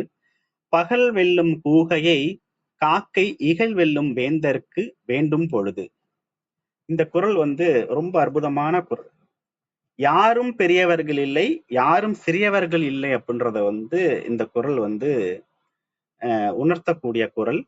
காலம்தான் வந்து பெரியது, காலம்தான் ஒரு மனிதனை தீர்மானிக்கும் அப்படின்றத வந்து, காலம்தான் ஒரு மனிதனுடைய பலத்தை தீர்மானிக்கும் அப்படின்றத உணர்த்தக்கூடிய ஒரு குரல். கோட்டானை வந்து காகை பகல் பொழுதுல வென்றோடும் இது வந்து மன்னர்களுக்கு சொல்லக்கூடிய ஒரு குரலாக இருந்தாலும், வேந்தர்களுக்கு சொல்லக்கூடிய ஒரு குரலாக இருந்தாலும், ஒவ்வொரு மனிதனும் தெரிந்து கொள்ள வேண்டிய ஒரு குரல். இப்ப ஏன்னா இது போட்டி நிறைந்த உலகம். இந்த உலகத்துல வந்து நம்ம எப்படி நம்ம வாழ முடியும் அப்படின்றது நமக்கு உணர்த்தக்கூடிய குரல். என்னுடைய மேலாளர் ஒருத்தர் வந்து தமிழ்காரர் தான். அவர்கிட்ட வந்து நிறைய பேர் அலுவலக அரசியல் மூலமா வந்து அவர்கிட்ட வந்து போய் பாதிக்கப்படுவார். அவர்கிட்ட சில அவமானங்கள் சந்திப்பார். அந்த நேரத்துல அவர் கடைபிடிக்கக்கூடிய மிகப்பெரிய ஆயுதம் வந்து பொறுமையா இருப்பார். அந்த பொறுமையா இருந்து காலம் வரும் பதில் சொல்லக்கூடிய காலம் வரும் அப்படின்னு சொல்லி அமைதியா இருப்பாரு. அதுக்கு பதில் சொல்லக்கூடிய ஒரு காலம் வரும், அந்த காலத்துல பதில் சொல்லுவாரு. அப்ப அவருக்கு எதிராக செயல்பட்டவர்களுக்கு வந்து ஒரு பாடத்தை வந்து அன்னைக்கு சொல்வார். அவங்க செஞ்சது தப்பு அப்படின்றது வந்து அன்னைக்கு அவருடைய செய்கைகள் மூலமா சொல்லுவார். அது சில சமயம் அவர்களுக்கு எதிரானதாக இருக்கும், சில சமயம் அவர்கள் வந்து வெக்கப்படக்கூடியதாகவும் இருக்கும். இன்னா செய்தாரே ஒருத்தல் அவர் நானே நன்னயம் செய்து விடல், அந்த மாதிரியான குரல், அந்த மாதிரியான செய்கையாகவும் இருக்கும். ஆனா அவருக்கு அதை காட்டக்கூடிய காலம் வர வரைக்கும் பொறுமையாக இருப்பார். நம்மள ஒருத்தன் எதிர்க்கிறான், நமக்கு எதிராக ஒருத்தன் செயல்படுறான் அப்படின்றதுக்காக உடனே எதிர்வினை புரிய மாட்டார். அதுக்கு ரொம்ப அமைதியா இருப்பார். அந்த காலங்கள்ல வந்து ரொம்பவே அமைதியா இருப்பார். எப்பவும் இருக்கக்கூடியதை விட ரொம்ப அமைதியா இருக்கார். ரொம்ப அந்த இதை பத்தி ரொம்ப பேசிக்க மாட்டார். ஆனா அவருக்கு காலம் வரும் இல்லையா, அதுக்கு பதில் சொல்லக்கூடிய காலத்துல வந்து அவர் அழகா பேசுவார். இந்த குரல் படிச்சப்ப எனக்கு அவர் ஞாபகம் தான் வந்தது. எனக்கு இந்த குரல்ல வந்து எனக்கு இன்னொரு வேற மாதிரியான ஒரு பொருளும் எனக்கு தோணுச்சு. இதுல வந்து வள்ளுவர் என்ன சொல்லியிருக்காருன்னா, பகல் வெல்லும் கூகையை காக்கை. இப்ப கூகை இன்னொரு கூகை கூட சண்டை போடல இந்த குரல்ல, காக்கை இன்னொரு காக்கை கூட சண்டை போடல. ஆனா ஒரு மனிதன் இன்னொரு மனிதன் கூட சண்டை போடுறான். அப்ப இந்த ஒவ்வொரு மனிதனும் தெரிந்து கொள்ள வேண்டிய ஒரு குரலாக நான் பார்த்தேன். மனிதர்களுக்குள் மனிதர் சண்டை போட்டு தன்னைத்தானே வீணாக்கி கொள்ளாதீர்கள் அப்படின்றத வந்து இந்த குரல் மூலமா வள்ளுவர் சொல்றாரோ அப்படின்றத கூட நான் அந்த குரல் மூலமா பார்த்தேன். மனிதனுக்கு மனிதன் எதிரியாக இருக்காதீர்கள் என்றதை வந்து வலியுறுத்தக்கூடிய ஒரு குரலாகவும் இதை நான் பார்த்தேன். இந்த எப்பவுமே வந்து திருக்குறள் வந்து எல்லா இடத்துலையும் பொருந்தி வரும்.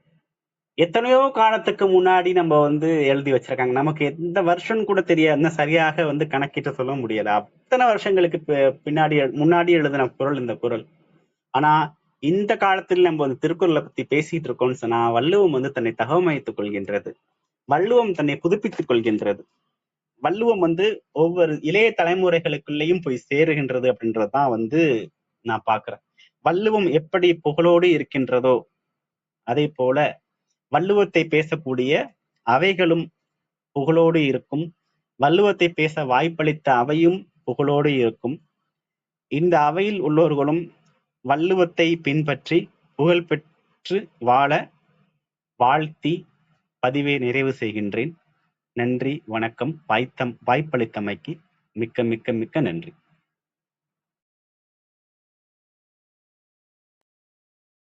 மிக்க நன்றிங்க ஆனந்த் பழனிவேல். நகுக அப்படிங்கிற ஒரு அருமையான தொகுப்பில் முதல் சிறப்புரையாக வள்ளுவமும் வாழ்வியலும் அப்படின்ற ஒரு அருமையான தலைப்பில் உங்களோட வாழ்வியலோட சேர்ந்து திருக்குறள்களை பகிர்ந்து கொண்டது மிகவும் சிறப்பாக இருந்தது. மிக்க நன்றி. தனக்குவமை இல்லாதான் தாழ் சேர்ந்தார்க்கு அல்லால் மனக்கவலை மாற்றல் அரிது அப்படிங்கிற ஒரு அருமையான திருக்குறளை சொன்னீங்க. நானும் தொழில் தொடங்கினேன். 23 வயதில் தொழில் தொடங்கி ரொம்ப சிறப்பாக நடந்துட்டு இருந்தது. அப்போ அக்கா கேட்டாங்க, நீ யார் பேச்சையும் கேட்கறதில்ல அப்படிங்கும்போது, நான் என்னோட குரு கூடயே இருக்கேன் அப்படிங்கும்போது, குரு எந்த அளவுக்கு வழி நடத்துறார் அப்படிங்கிறத அவங்க கிட்ட நான் சொன்னேன் அப்படிங்கிறத பகிர்ந்துக்கிட்டீங்க. கடவுளை காட்டிலும் உயர்ந்தவர் அப்படின்னு பார்த்தோம்னா, நம்ம கல்வி கற்றுத்தரும் ஆசிரியர் அப்படின்னு சொல்லலாம். ஒரு ஆசிரியர் எந்த ஒரு டியூஷன் ஃபீஸும் வாங்காம கல்வி கற்றுக் கொடுத்தது, அவரை பத்தியும் பகிர்ந்துக்கிட்டீங்க. அடுத்த குறள், ஒருமைக்கண் தான் கற்ற கல்வி ஒருவருக்கு எழுமையும் ஏமாப்புடைத்து அப்படிங்கிறது நம்ம கல்வியின் சிறப்பை பத்தி தெளிவா விளக்கமாக ஒரு இளைஞன் மூலமாக பகிர்ந்துகிட்டது அப்படிங்கிறது உண்மையிலே மிகவும் அவங்களுடைய வாழ்க்கையை கேட்கும்போது நிகழ்ச்சியா இருந்தது. 5வது படிக்கும்போது அப்பாவும் இல்லை, 9வது படிக்கும்போது அம்மாவும் இல்லைங்கும்போது, மாமாவோட அரவணைப்பில் வாழ்ந்து வரும்போது 12ஆம் வகுப்புக்கு மேல படிக்க வைக்கிறதுக்கான வசதி அவருக்கு இல்ல. அப்ப மிளகாய் மூட்டை தூக்குறது, இரவுல அந்த எரிச்சலுக்காக தண்ணிய மேல ஊத்திட்டு தூங்குறது, இந்த மாதிரி சமயத்துல அவர் எவ்வளோ கஷ்டப்பட்டு அந்த கல்வி கற்கணும்னு சொல்லி ஒரு ரூ. 10,000 கொண்டு போய் கட்டுறாரு. பாட்டி கொடுத்த பணம். அதற்கப்புறம் உறவினர்கள்லாம் உதவுறாங்க. 80க்கும் மேற்பட்ட ஒரு சதவீதத்துல அவர் மதிப்பெண் வாங்கி, அதற்கப்புறம் இன்றைக்கு ஓமன்ல வேலை கிடைச்சிருக்கு. ஓமன் வரப்போறாரு. அது சொல்லும்போது அந்த மாரி அந்த வேலைவாய்ப்புக்கான ஒரு ஆர்டர் வரும்போது அதை பார்த்து எனக்கு ஒரு சொட்டு கண்ணீர் வந்தது அப்படின்னீங்க. எத்தனை பேர் உதவி செய்திருக்காங்களும், நம்ம எந்த அளவுக்கு நம்மள அந்த அளவுக்கு தகுதிப்படுத்திக்கிட்டா மட்டும்தான் உதவி செய்வாங்க. அந்த அளவுக்கு கல்வி சிறப்பு கொடுக்கும் அப்படிங்கிறதெல்லாம் ரொம்ப அழகா பகிர்ந்துக்கிட்டீங்க. அதே மாதிரி ஒரு மாணவிக்கு புத்தகம் வாங்கி கொடுக்கறதுக்காக இங்கேருந்து நான் பணம் அனுப்புறேங்கும்போது அந்த புத்தக கடைக்காரர் இல்ல வேண்டாம் அப்படின்னு சொன்னாரு. அதற்கப்புறம் நீங்க இல்ல நான் அனுப்புறேன், இன்னொருத்தருக்கும் சேர்த்து புத்தகம் கொடுங்க அப்படின்னு சொல்லும்போது, நம்ம உதவி செய்ய வந்தால் அந்த கல்விக்கு நிறைய பேர் இன்னும் உதவி செய்ய வருவார்கள் அப்படிங்கிறதையும் அழகா சொன்னீங்க. நீத்தார் பெருமை அப்படிங்கிறது நம்ம சொல்லுவோம். நம்ம இறந்த பிறகு நம்மளை பற்றி என்ன பேசுகிறார்கள் அப்படிங்கிறது, எந்த அளவுக்கு நம்ம மேல மதிப்பு வச்சிருக்காங்கங்கிறது, நம்ம ஒருத்தங்க இறந்தப்ப வர்ற கூட்டம் தான் உண்மைய பேசும்.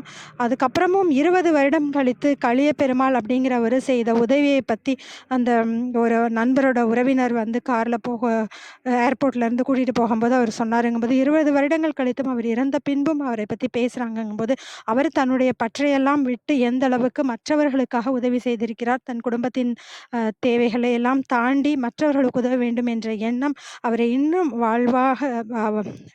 வாழ்ந்து கொண்டிருக்கிறார் அப்படிங்கிறத ரொம்ப அழகா சொன்னீங்க. பயன் தூக்கார் செய்த உதவி நயன் தூக்கின் நன்மை கடலின் பெரிது. அது செய்நன்றி அதிகாரத்துல இருந்த அந்த குறளையும் ரொம்ப அழகா எடுத்து சொன்னீங்க. அடுத்ததாக நிலையாமை. அதுல ஒருத்தங்க ரொம்ப பணம் பணம் அப்படின்னு சொல்லி ரொம்ப கஞ்சத்தனமா இருக்கிறது.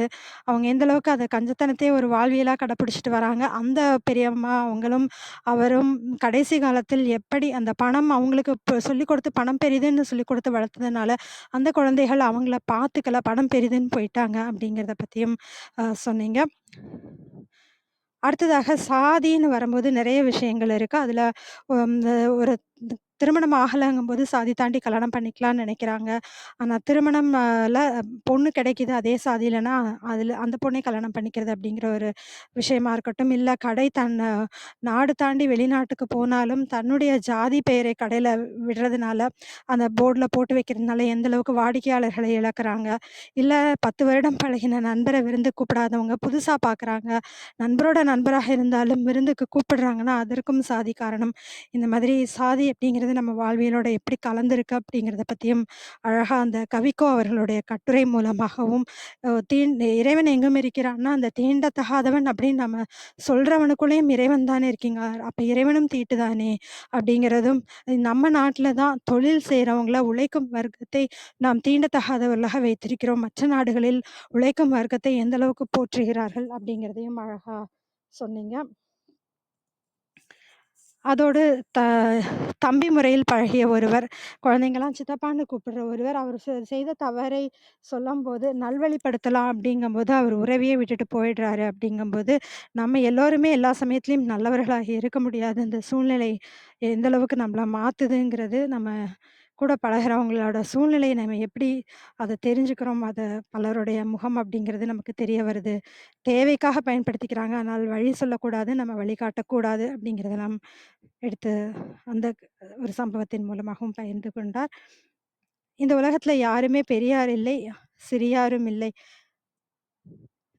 அந்த மேலாளர் ஒருவர், அவருடைய மேலாளர் யாரு என்ன சொன்னாலும் பதில் சொல்ல மாட்டாரு. காலம் வரும்போது தேவையான அளவுல எடுத்து சொல்லும்போது, அது அவங்களுக்கு புரியும், மற்றவர்களுக்கு சொல்ற விஷயம் புரியும்.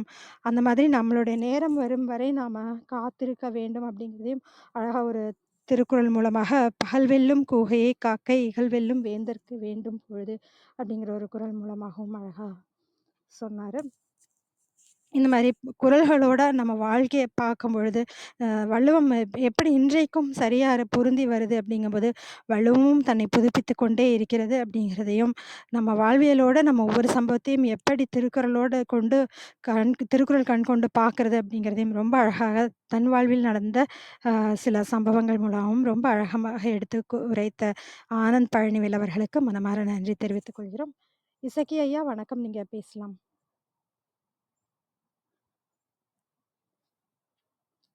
இசக்கி ஐயா. விந்தியா கௌரி அம்மா வணக்கம். நீங்க பேச முடியுமா? அனைவருக்கும் வணக்கம். இன்றைய காலை பொழுதுல ஆனந்த் பழனிவேல் ஐயா அருமையா வாழ்வியலுக்கு தேவையான ரொம்ப பொருத்தமான திருக்குறளை சொல்லி, அதற்கு மிகவும் பொருத்தமான வாழ்க்கையில நடந்த சில நிகழ்வுகளை அருமையா எடுத்துரைத்தார்கள்.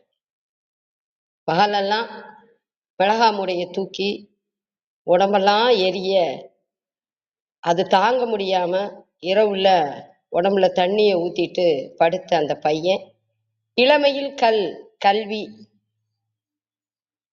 ரொம்ப முக்கியம், அதுதான் நம்மளை வாழ வைக்குன்றத அந்த சிறுவன் உணர்ந்து பலரிடம் உதவி வாங்கி அவன் படித்தது, மற்றவர்களை வாழ வைத்தது, ஐயா எடுத்துரைத்தது மிகவும் அருமையா இருந்தது. அது மட்டும் இல்ல, நீத்தார் பெருமை, அதற்கான அந்த வாழ்வியல ஐயா சொன்னது, நிலையாமை குறித்து சொன்னது. சிக்கனமா இருக்கணும், அது நல்லதுதான். ஆனா கஞ்சத்தனமா இருக்கவே கூடாது. அது அவங்களும் வாழாம மற்றவங்களுக்கும் கொடுக்காம சில சமயம் இல்லாமலே போகும். அது ஐயா எடுத்து சொன்ன விதம் ரொம்ப அருமையா இருந்தது. சாதி பார்க்க கூடாது, அன்பு நிலையானது. ஐயா சொன்ன மாதிரி சாதி நிலையற்றது, மனிதர்களா உருவாக்கிக்கிட்டது தானே. எல்லாரும் ஒன்றுதான். இறைவனோட படைப்புல ஓரறிவு முதல் 6வது அறிவு வரைக்கும் எல்லாம் ஒன்றுதான். எல்லா மனிதர்களுக்குள்ளும் இறைவன் இருக்கிறான் அப்படின்னா அப்ப இதெல்லாம் பார்க்க கூடாது தானே. ஐயா வாழ்வியலுக்கான கருத்துக்கள் கூறியது நம்மள வாழ்க்கையில எனக்கு கேட்கும்போது தோன்றியது. அந்த பையன் அயராது உழைத்து அவன் மற்றவங்களை, அவங்க மாமா பிள்ளைங்களை, தம்பிய கரை சேர்த்தது, அவனோட அந்த நல்ல எண்ணம், அவனோட படிப்பின் மீது கொண்ட ஆர்வம், நம்ம ஐயா அவனுக்கு வேலை வாய்ப்பை வாங்கி தந்தது, புதிய உறவுக்கான அந்த காரணம் எல்லாமே ஐயா சொல்லும்போது மனதுக்கு மகிழ்வாகவும் நெகிழ்வாகவும் இருந்தது. ஐயா இது போன்ற பல திருக்குறளுக்கு நீங்க வாழ்வியல் அந்த நிகழ்வை, மனிதனோட வாழ்வை, மனிதர்கள் மேன்மையா வாழ்வதற்கான கருத்துக்களையும் குறளையும் தொடர்ந்து நம்ம சரித்திரம் படிப்போம் தளத்துல பகிர்ந்து கொள்ள வேண்டும் ஐயா. கற்பகவள்ளி அம்மா ரொம்ப நன்றி அம்மா. ஐயா பேசியதை நான் கேட்டப்போ நீங்க முழுமையா அதை நல்லா தொகுத்து சுருக்கமா ரொம்ப சிறப்பா சொன்னீங்க. வாழ்த்துக்கள் அம்மா, நன்றிகள் அம்மா. அனைவருக்கும் நன்றி, வணக்கம்.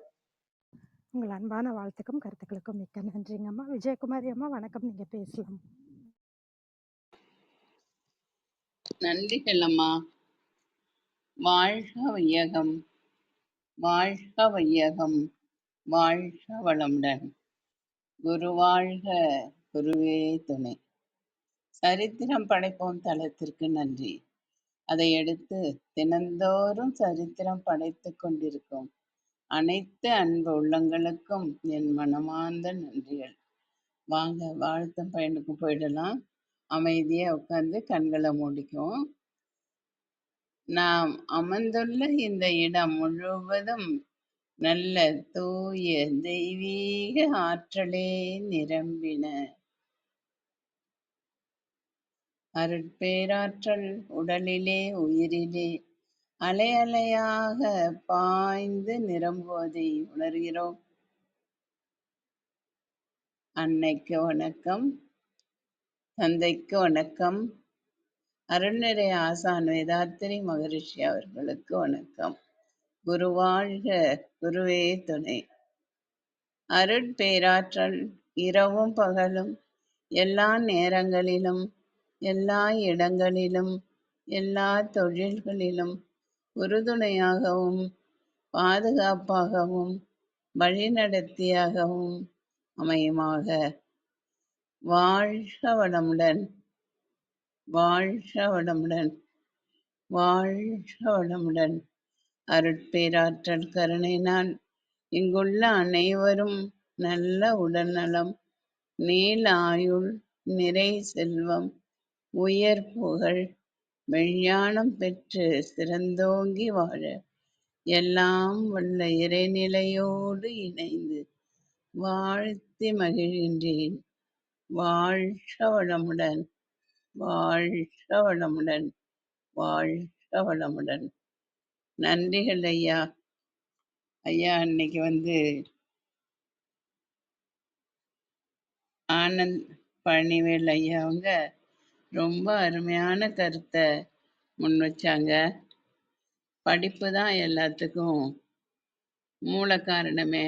அந்த படிப்புக்காக ஐயா எப்படியெல்லாம் உழைச்சிருக்காங்க அப்படி கேட்கும் பொழுது ரொம்ப சந்தோஷமா இருக்குங்க ஐயா. இப்படி ஒவ்வொருத்தரும் இருந்தா நம்ம பிள்ளைங்க எல்லாம், வசதி இல்லாத பிள்ளைங்கெல்லாம் நல்லா படிச்சு மேன்மை பெறுவாங்க. இந்த படிப்புக்காக யார் யாரெல்லாம கேட்டு பணிபுரிந்து நீங்க செய்த இந்த பேருதவின்னு தான் நான் சொல்லுவேன். இதை நீங்க தொடர்ந்து செய்யணும்னு நான் கேட்டுக்கிறேன். படிப்பு இல்லாத எதுவுமே இல்லை. அப்புறம் சிக்கனமா இருக்கணும் வாழ்க்கையில. நான் ஓரளவு சிக்கனமா இருக்கணும், செய்யறவங்களுக்கு செய்யணும், அதுதான் என்னுடைய கருத்து. சிக்கனமா இருந்து பேருதவிய அந்த படிப்புக்காக செய்யற செலவு ரொம்ப அவங்கள காவந்து பண்ணியிருக்கோம். கடைசி காலத்துல அவங்களுக்கு மட்டும் இது பண்ணி குழந்தைங்களுக்கும் அந்த சிக்கனத்தை சொல்லி கொடுத்து அவங்க ரொம்ப கஷ்டப்பட்டு இறந்தது எனக்குமே ரொம்ப கஷ்டமா இருந்ததுங்க ஐயா. அப்புறம் சாதி மதத்தை பத்தி சொன்னீங்க. இறைவன் படைத்தது ஒரே ஜாதி தான். ஒருத்தரை தான் முதல்ல படைச்சாங்க. அதுலேருந்து பெருகுனதுதான் எல்லாருமே. அது நம்ம தான் பிரிச்சு வச்சுக்கிட்டோம், இந்த ஜாதி அந்த ஜாதின்னு. ஆனா எல்லாருமே ஒரே ஜாதி தான். இறைவன் படைத்தது ஒரே ஜாதி தான். அதை நம்மளா பிரிச்சு இந்த தெய்வம் அந்த தெய்வம் அப்படின்னு அவங்கவுங்களுக்கு தகுந்த மாதிரி பிரித்து எல்லாம் வாழ்ந்துட்டு வராங்க.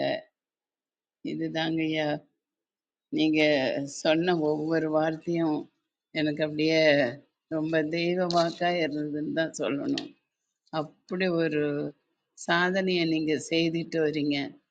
இதை நீங்கள் தொடர்ந்து செய்யணும்.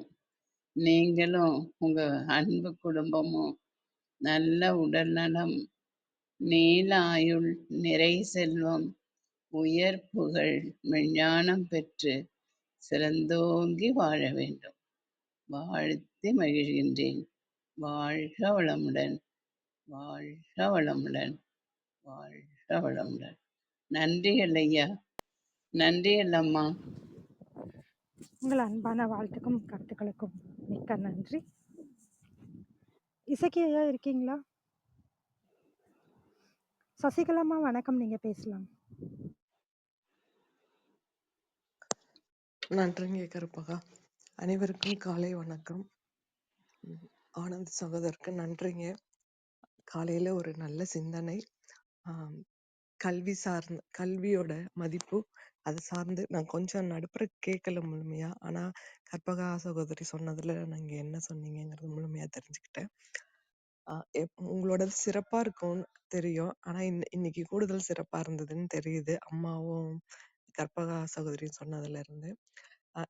நாங்க பேசுறதை விட இப்ப ஜோதி உங்களை அழகா பாடி மகிழ்விப்பான்னு நினைக்கிறேன். எப்படி உங்ககிட்ட நல்ல ஒரு பாண்டிங் இருக்கோ அதே மாதிரி எனக்கும் ஜோதிக்கு பாண்டிங் இருக்கு. நீங்க ஏதாவதுன்னா உங்ககிட்டதான் உங்க பேர் தான் சொல்வா ஜோதி. அந்த அளவுக்கு நீங்க அவங்க மனசுல இருக்கீங்க, அனைவர் மனசுல இருக்கீங்க போல இருக்கு. பேசுறப்ப தெரியுது. நன்றிங்க சகோதரர். உங்களோட பணி மேலும் மேலும் சிறக்க வாழ்த்துக்கள். வாழ்க வளமுடன். நன்றிங்க சசிகலாமா. தொடர்ந்து ஜோதிக்கு யோகா சொல்லி கொடுத்துட்டு இருக்காங்க, மனவளக்கலை பயிற்சி தொடர்ந்து கொடுத்துக்கிட்டே இருக்காங்க சசிகலாமா. அதே போல் அன்றைக்கு அவங்க மருத்துவமனைக்கு போன போதும் சரி, அவங்களோட தொடர்ந்து ஆனந்த் பழனிவேலும் சரி, சசிகலாவும் சரி, 2 பேருமே கூடவே இருந்து அந்த தொலைபேசியிலேயே ஜோதியை வழி நடத்துனது அதெல்லாமே நான் கேள்விப்பட்டதுக்கு உண்மையை மகிழ்ச்சியாகவும் இருந்தது. மிக்க நன்றி, இருவருக்குமே நன்றி. ராமச்சந்திரன் ஐயா வணக்கம், நீங்கள் பேசலாம். கலைச்செல்வி, நீங்க ஜோதி கலை, நீங்க பேசுங்க. அக்கா கற்பகவல்லி அக்கா, ஆனந்த் அண்ணா உண்மையாகவே அவர் நல்ல நட்பு. நீங்க பேசுறது பாருங்க. உங்க அன்பான இப்ப விளையாடக்கூடாது. வணக்கம். இரு சொல்லு. ஆனந்த் அண்ணன் போன்ல மேனேஜ் பண்றது, அதே மாதிரி சசிகலா ஆண்டி யோகா எல்லாம் சொல்லி தராங்க தொலைபேசி எண்களால. இப்போ ஒரு பாட்டு மட்டும் பாடுறேன், ஒரே ஒரு சினிமா. காலையில் ஜப்பானில் காஃபி. ஐயோ சாரி, இது பாடு. நின்னை சரணடைந்தேன் கண்ணம்மா, நின்னை சரணடைந்தேன்.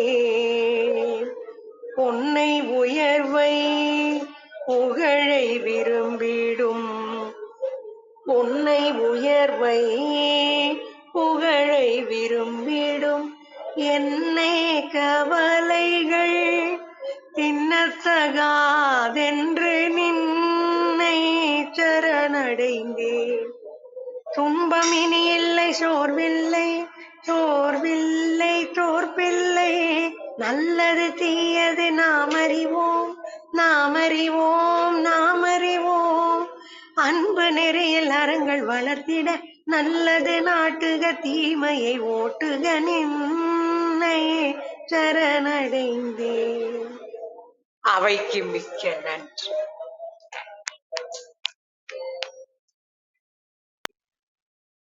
நன்றி ஜோதிமா, அருமையான பாடல். ஜோதி அவர்களும் இலங்கையில் ஒரு தொலைக்காட்சியில் ஒரு பாட்டு போட்டியில் கலந்துட்டுருக்காங்க. இன்றைக்கும் இலங்கை போகிறாங்க. சிறப்பாக பாட வெற்றி பெற அனைவர் சார்பாகவும் வாழ்த்துகள். ராமச்சந்திரன் ஐயா வணக்கம், நீங்கள் பேசலாம். அம்மா வணக்கம். சரித்திரம் படைப்பும் தளத்தின் அன்பு உறவுகள் அனைவருக்கும் இனிய காலை வணக்கம். இன்று நகுக வள்ளுவமும் வாழ்வியலும் தன்னுடைய வாழ்வியல் அனுபவங்களை திருக்குறள் வாயிலாக அழகான ஒவ்வொரு திருக்குறளையும் தன் வாழ்வியலோடு இணைத்து ரொம்ப ஒரு அற்புதமான ஒரு நிகழ்வை ஐயா ஆனந்த பழனிவேல் அவர்கள் நிகழ்த்தினார்கள். ஐயா அவர்களுக்கு நன்றியும் வணக்கங்களும் வாழ்த்துக்களும். எப்படி இப்படிப்பட்ட ஒரு சமூகத்திற்கு பயனுள்ள மனிதர்களை அறிமுகப்படுத்தி இந்த சமூகத்திற்காக சேவையாற்றி கொண்டிருக்கின்ற சரித்திரமும் படைப்போம் தளத்தை மிகவும் ஆச்சரியமோடு பார்க்கக்கூடிய ஒரு நேரம். ரொம்ப மகிழ்ச்சியா இருக்கு. அதே மாதிரி இப்பொழுதெல்லாம் இதற்கு முன் நாம் பார்த்தது இந்த திருக்குறளை பற்றி விளக்கம் சொல்பவர்களும் வயது முதிர்ந்தவர்கள் தான் பெரும்பாலும் அந்த விளக்கம் சொல்றதெல்லாம் கேட்டுட்டு இருந்திருக்கிற ஒரு சூழல். ஆனா இப்பொழுது இளையவர்கள் எல்லாம் ரொம்ப அற்புதமா, ரொம்ப ஆச்சரியமா இருக்கு. இப்போ ஐயா இன்னைக்குதான் அவருடைய உரையை நான் கேட்டேன். எனக்கு உண்மையிலேயே ரொம்ப ஆச்சரியம். அது என்னன்னா, இதையெல்லாம் நிறைய இப்போ உள்ள பிள்ளைங்கள்லாம், பள்ளிக்கூடத்து பிள்ளைங்கள்லாம் கேட்கணும். ஏன்னா அவருடைய வாழ்க்கையினுடைய அனுபவங்கள் ஒவ்வொன்றும் அவருடைய வாழ்க்கையில நடந்த அனுபவம். இன்னைக்கு கேட்டது எல்லாமே அவரோட சேர்ந்து புதுசா அவர் கதையெல்லாம் எதுவும் சொல்லல. அவரோட வாழ்வியல் அனுபவங்களை திருக்குறளோட இணைச்சு சொன்னாரு. கேட்டதுக்கு ரொம்ப மகிழ்ச்சியா இருந்தது. ஒவ்வொரு விஷயங்களும் ரொம்ப ஒரு புதுமையா இருந்தது. சமூகத்துக்கு தேவையான கருத்துக்கள். மீண்டும் ஒரு முறை ஐயா ஆனந்த பழனிவேல் அவர்களுக்கு நன்றி. அவர்கள் சொன்ன விஷயத்துல அதேதான் எல்லாருமே பகிர்ந்துகிட்டுதான். அந்த தம்பி தகப்பனை, தாய் தந்தைவரை இழந்தவர். மாமாவுடைய அந்த உதவியினால் +2 வரைக்கும் படித்து அதற்கப்புறம் மிளகாய் மூட்டை தூக்கி எப்படிப்பட்ட ஒன்று அந்த கொடுமையான சூழ்நிலைகள்லாம் அனுபவிச்சு அந்த கல்வியை விடாம படித்து அவருக்கான ஒரு உதவியை, வேலை வாய்ப்பு ஏற்பாடு பண்ணி இன்னைக்கு அதாவது அதுதான் ஐயா சொன்னது, கல்வி ஒன்றே உன்னை உயர்த்தும் ஆயுதம் என்று முழக்கமிட்ட டாக்டர் அம்பேத்கருடைய அந்த ஆயுதத்தை ஆனந்த பழனிவேல் ஐயா தன்னுடைய தான் பெற்ற அந்த இன்பத்தை எல்லாருக்கும் கொடுத்துக்கிட்டு இருக்காரு. அந்த கல்வி அதெல்லாம் பார்க்க முடிஞ்சது. ரொம்ப மகிழ்ச்சி. அதே மாதிரி புத்தகத்தை பத்தி ஐயா சொன்னாரு. புத்தக யாருக்கா கல்விக்காக உதவிட புத்தகம் வாங்கி கொடுக்க காசு இல்லாமலே அந்த புத்தகத்தை அனுப்பி வைத்ததாக சொன்னாரு. நாமும் நம்ம தளத்துல இருக்கிற அந்த அன்பர் ஒருவர் காசு வாங்காமலேயே புத்தகத்தை அனுப்பி அதன் பிறகு காசு வாங்கினார். இது மாதிரி நல்ல விஷயம் சமூகத்துல இது மாதிரியான நல்லவர்கள்லாம் இருக்காங்க. ரொம்ப மகிழ்ச்சி. அதே போன்று கடைசியில அந்த சாதிகளை பத்தி ஐயா சொன்னாரு. ரொம்ப ஒரு அற்புதமான ஒரு விஷயம். நம்ம வாழ்வியல்ல நம்ம இப்ப பார்த்துக்கிட்டு இருக்கிற ஒரு பெரிய கொடுமையான விஷயம். இந்த நாகரிக உலகத்துல இவ்வளவு நம்ம எல்லாம் முன்னேறிட்டுன்னு சொல்லிட்டு இருக்கோம். ஆனா அந்த ஒரு நிலையற்ற சாதியினால் நிலையான அன்பை இழைக்கிறோம் என்ற ஒரு அற்புதமான வார்த்தைகள் ஐயா பதிவிட்டாரு. இதெல்லாம் மாறணும். கண்டிப்பா உங்களை போன்ற இந்த இளையவர்களால் தான் இதை மாற்ற முடியும். இந்த எவ்வளவோ படிச்சிருக்கோம், எவ்வளவோ விஞ்ஞானத்துல முன்னேறிக்கோம், இன்னும் அதை நோக்கியே நம் பயணம். இதுக்கு முக்கிய காரணமா இருக்கிறது ஒரு அரசியல். இது ஒரு முக்கிய காரணம். இதையெல்லாம் மாறணும். நீங்க தான் இதெல்லாம் மாத்தணும். இளையவர்கள் தான் மாறும் என்ற எண்ணத்தோடு நாம் பயணிப்போம். அற்புதமான உங்களை போன்ற நல்ல நல்ல பிள்ளைகளை நம்பி இந்த நாடே இருக்குது தம்பி. நல்ல நல்ல பிள்ளைகளை நம்பி இந்த நாடே இருக்குது தம்பி. சின்னஞ்சிறு கைகளை நம்பி ஒரு சரித்திரம் இருக்குது தம்பி. சின்னஞ்சிறு கைகளை நம்பி ஒரு சரித்திரம் இருக்குது தம்பி. நல்ல நல்ல பிள்ளைகளை நம்பி இந்த நாடே இருக்குது தம்பி. தவறு என்பது தவறி செய்வது, தப்பு என்பது தெரிந்து செய்வது. தவறு என்பது தவறி செய்வது, தப்பு என்பது தெரிந்து செய்வது. தவறு செய்தவன் திருந்த பார்க்கணும், தப்பு செய்தவன் வருந்தியாகணும். நல்ல நல்ல பிள்ளைகளை நம்பி இந்த நாடே இருக்குது தம்பி.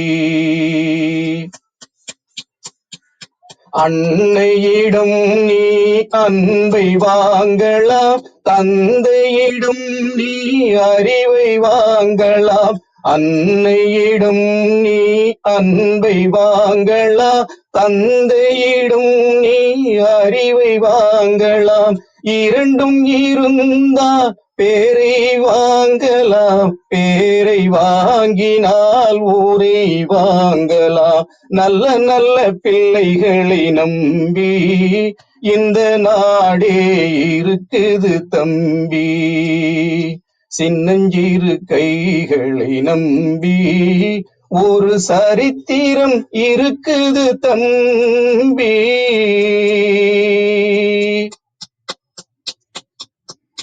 கருணை இருந்தால் வல்லல் ஆகலாம், கடமை இருந்தால் வீரனாகலாம்.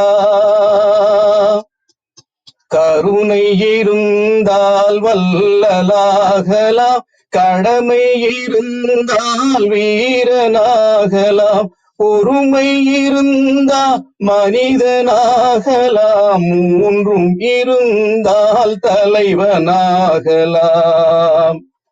அற்புதமான இந்த 3 திறமைகளும் பெற்ற தம்பியை போன்றவர்கள் கண்டிப்பா இந்த சமூகத்திற்கு இந்த 3ம் இருந்தால் தலைவன் ஆகலாம்.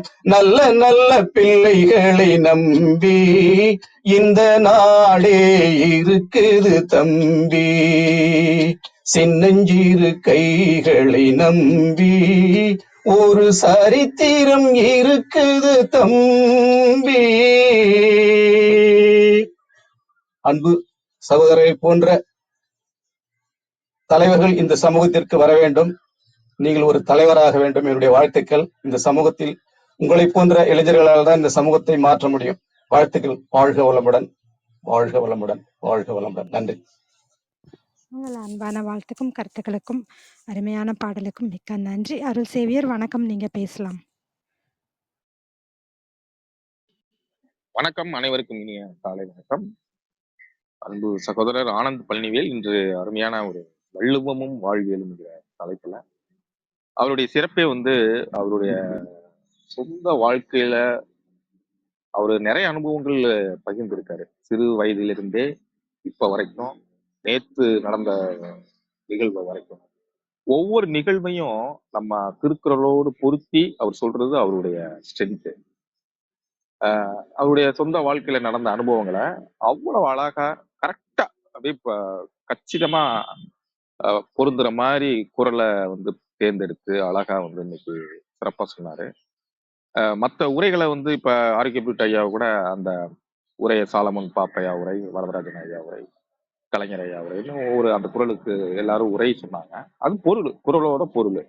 இந்த குரலை மட்டும் நம்ம அந்த பொருளோட பார்க்காம நம்ம அனுபவங்கள்ல, நம்ம வாழ்க்கையில தினசரி நடக்கிற நிகழ்வுகள்ல இந்த திருவள்ளுவர் எப்படி இந்த இடத்துல எப்படி நம்ம சொல்ல வர்றாரு, எப்படி சொல்லி இருக்காரு, நம்ம எப்படி இதுக்கப்புறம் நம்ம எப்படி செய்யணும் அப்படிங்கிற மாதிரி அதை பொருத்தி பார்க்கணும். அதுதான் உண்மையான ஒரு திருக்குறளோட நம்ம பயிலும் நோக்கமா இருக்கணும். அதை அவர் தொடர்ந்து கடைபிடிச்சிட்டு வர்றாருங்கும் போது ரொம்ப பெருமையா இருக்கு. அவருடைய சிறப்பே ஒரு எளிய மக்கள், அதாவது சாதாரணமா இந்த திருக்குறளை பற்றியே ஓரளவுக்கு தெரிஞ்ச மக்கள் இந்த திருக்குறள் மீதான ஆர்வத்தை எப்படி காமிக்குது அப்படின்னா, அந்த வாழ்க்கை அனுபவங்களோட பொருத்தி பார்க்கும் பொழுது நமக்கு அது ஈஸியா நமக்கு புரிகிற மாதிரி இருக்கும். அந்த அளவுல இன்னைக்கு அருமையான ஒரு உரை நிகழ்த்திய ஆனந்த பழனிவேல் அவருக்கு வெளியே அலார வாழ்த்துக்கள். சிறப்பு. எனக்கு அவரு வள்ளுவம் போற்றும் அவையில அடிக்கடி அவரு குரல் பதிவு கொடுக்கும் பொழுது நான் நம்ம ஏதாவது ஒரு கதை ஏதாவது படிச்சுட்டு யாரோ சொன்ன கதை, யாரோ எழுதின கதை, யாரோ எழுதின கட்டுரையை வச்சு பொருத்தி பார்த்துட்டு ஒரு குரலை சொல்லுவோம். ஆனா இவரை கண்டு வியந்திருக்கேன். எப்படா ஒரு ஒரு சாதாரண ஒரு நடந்த நிகழ்வு, நான் நேத்து நடந்தது அவர் சொல்லும்போது நேத்து இந்த மாதிரிதான் கார்ல போயிட்டு இருந்தது அப்படின்னு ஆரம்பிப்பார். அப்போ ஒவ்வொரு நிகழ்வையும் அவரு எந்த குரலோடு பொருத்தி பார்க்கணுங்கிறது மாதிரி அவருடைய இதை வந்து நான் வியந்திருக்கேன். ஓ, நம்ம இப்படி இல்லாம நம்ம பொருத்தி பார்க்கலாமோ அப்படிங்கிற மாதிரி. ஸோ அந்த அளவுக்கு அவர் நல்ல ஒரு அவருடைய ஸ்ட்ரென்த். அந்த இது அவர் திருக்குறளோட அவர் சொன்ன மாதிரி 5 வருடங்களாக அவரு திருக்குறளோடு வாழ்ந்துகிட்டு இருக்காரு.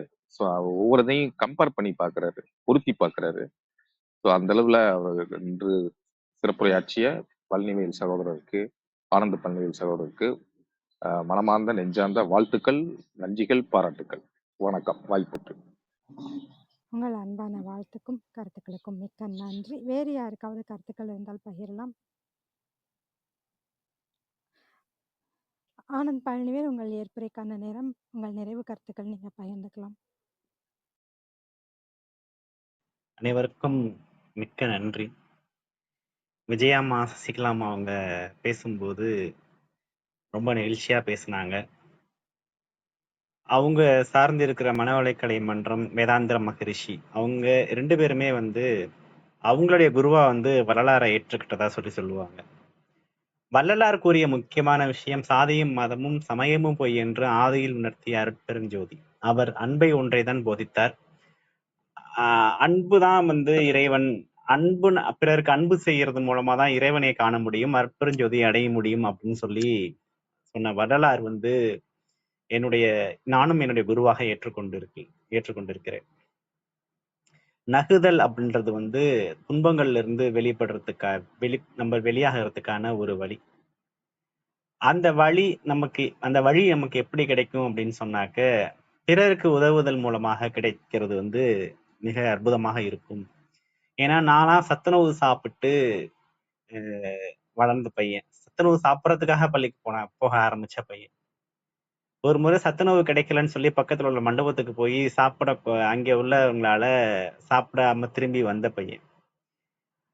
இன்னைக்கு வந்து அந்த வழிகள் எனக்கு எப்படி மறையுது அப்படின்னு சொல்லி கேட்டாக்க, மற்றவர்களுக்கு என்னால முடிஞ்சதை செய்யறதுனால எனக்கு அந்த வழிகள் மறையுது.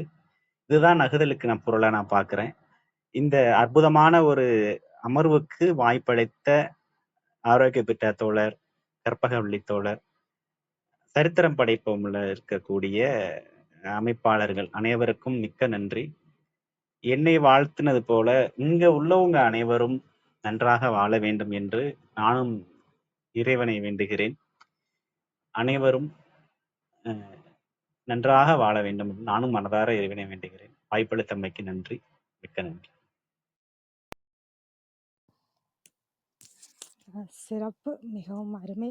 அருள் சேவியர் அவர்கள் சொன்னது போல ஒவ்வொரு சம்பவத்தையும் எப்படி நம்ம நடக்கிற ஒவ்வொரு நிகழ்வையும் எப்படி வள்ளுவத்தோடு இணைச்சி பார்க்குறது அப்படிங்கிறது உண்மையிலேயே ஆச்சரியமாகவும் இருந்தது.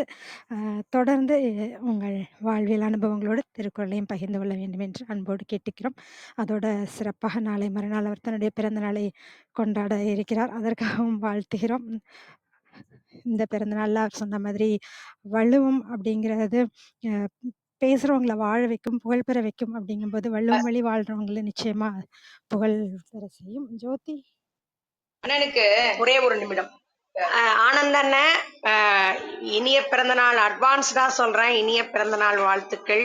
எப்பொழுதும் வையம் வாழ வாழணும். உங்களுக்கு அவருக்கு நீண்ட நீண்ட காலம் நீங்கள் நீடு வாழ வேண்டும். வானம் தீண்டும் தூரம் நீங்கள் வளர்ந்து வாழ வேண்டும். சக்கரை தமிழள்ளி தாலாட்டு நாள் சொல்லி வாழ்த்துகிறோம்.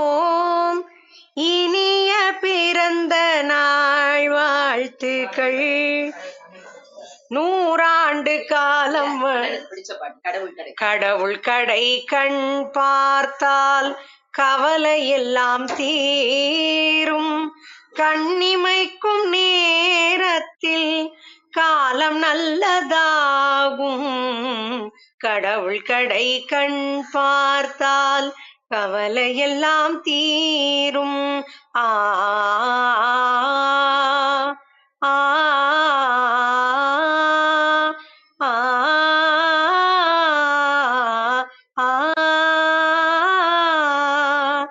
இடர்கள் தீர வேண்டும், இன்பம் சேர வேண்டும்.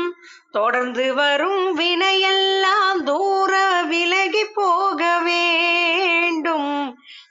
கடவுள் கடை கண் பார்த்தால் கவலை எல்லாம் தீரும். கண்ணிமைக்கும் நேரத்தில் காலம் நல்லதாகும். விடியும் என்று நம்பி இரவில் வாழ வேண்டும். விளையும் இன்பம் எல்லாம் இதையும் நம்ப வேண்டும். கடவுள் கடை கண் பார்த்தால் கவலை எல்லாம் தீரும். கண்ணிமைக்கும் நேரத்தில் காலம் நல்லதாகும். கருணை உள்ள தெய்வம் காத்திடவும் வேண்டும். காத்திருந்து வாடிய நெஞ்சம் பூக்கள் பூத்து மலர வேண்டும். கடவுள் கடை கண் பார்த்தால் கவலை எல்லாம் தீரும். கண்ணிமைக்கும் நேரத்தில் நல்ல காலம் நல்லதாகும். கண்டிப்பா கடவுளை கண் பார்த்த உடனே கவலை எல்லாம் உங்களுக்கு தீஞ்சிரும்னு உங்களுக்காக பாடி காமிச்சேன். ஆனந்தண்ண எப்பவும் நல்லா இருக்கணும், எப்பொழுதும் வையம் வாழ வாழணும்னு வாழ்த்துறேன். நன்றி ஆனந்தண்ண. இனிய பிறந்த நாள் வாழ்த்துக்கள். எப்பவும் சந்தோஷமா இருக்கணும். நன்றிகள் அம்மா. ஐயா ஆனந்த் பழனிவேல் ஐயா அவங்களுக்கு பிறந்த நாள் இப்பதான் தெரிஞ்சது. அவங்கள நான் வாழ்த்தணும், மனசார வாழ்த்தணும். அருட்பேராற்றல் கருணையினால் நல்ல உடல்நலம், நீல ஆயுள், நிறை செல்வம், உயர் புகழ், மெய்ஞானம் பெற்று சிறந்தோங்கி வாழ எல்லாம் வல்ல இறைநிலையோடு இணைந்து வாழ்த்தி மகிழ்கின்றோம். வாழ்க வளமுடன், வாழ்க வளமுடன், வாழ்க வளமுடன். இந்த சபையில் உள்ள அனைவரும் சேர்ந்து உங்களை வாழ்த்திட்டோங்க ஐயா. நீடோடி வாழணுங்க ஐயா. நீங்க நிறைய சமுதாயத்துக்கு செய்யணும் அப்படிங்கிறது தான் என்னுடைய ஆசை. நன்றிகள் ஐயா. ஆனந்தையா, ஆனந்தமானது அற்புதமானது, நானந்த மருந்தை கண்டுகொண்டேன். உங்க பேரிலேயே ஆனந்தத்தை வச்சிருக்கீங்க, எல்லோருக்கும் ஆனந்தத்தை கொடுக்குறீங்க. நீங்க இந்த பிறந்த நாள்ல நல்ல உடல்நலம், அம்மா சொன்னது போன்ற நல்ல உடல்நலம், நீலாயுள், நிறை செல்வம், உயர் புகழ், மெய்ஞானம் பெற்று இந்த சமூகத்திற்கு இன்னும் பல சேவைகள் ஆற்ற வேண்டும் என்று மனதார வாழ்த்துகிறோம், வணங்குகிறோம். வாழ்த்துக்கள். வாழ்க வளமுடன். நன்றிங்க ஐயா, மிக்க நன்றி. நன்றி ஜோதி. பாடினாலே இடர்கள்லாம் தீந்துரும், கவலையெல்லாம் போயிடும். அந்த அளவுக்கு மகிழ்ச்சியாக இருக்கும். விஜயகுமாரி அம்மாவுக்கும் நன்றி. ஆனந்த் நீங்கள் பேசலாம். வாழ்க வளமுடன். ஆனந்த் சகோதரர் அவர்களுக்கு பிறந்த நாள் வாழ்த்துக்கள். வாழ்க வளமுடன் சகோதரர். நன்றி, மிக்க நன்றி.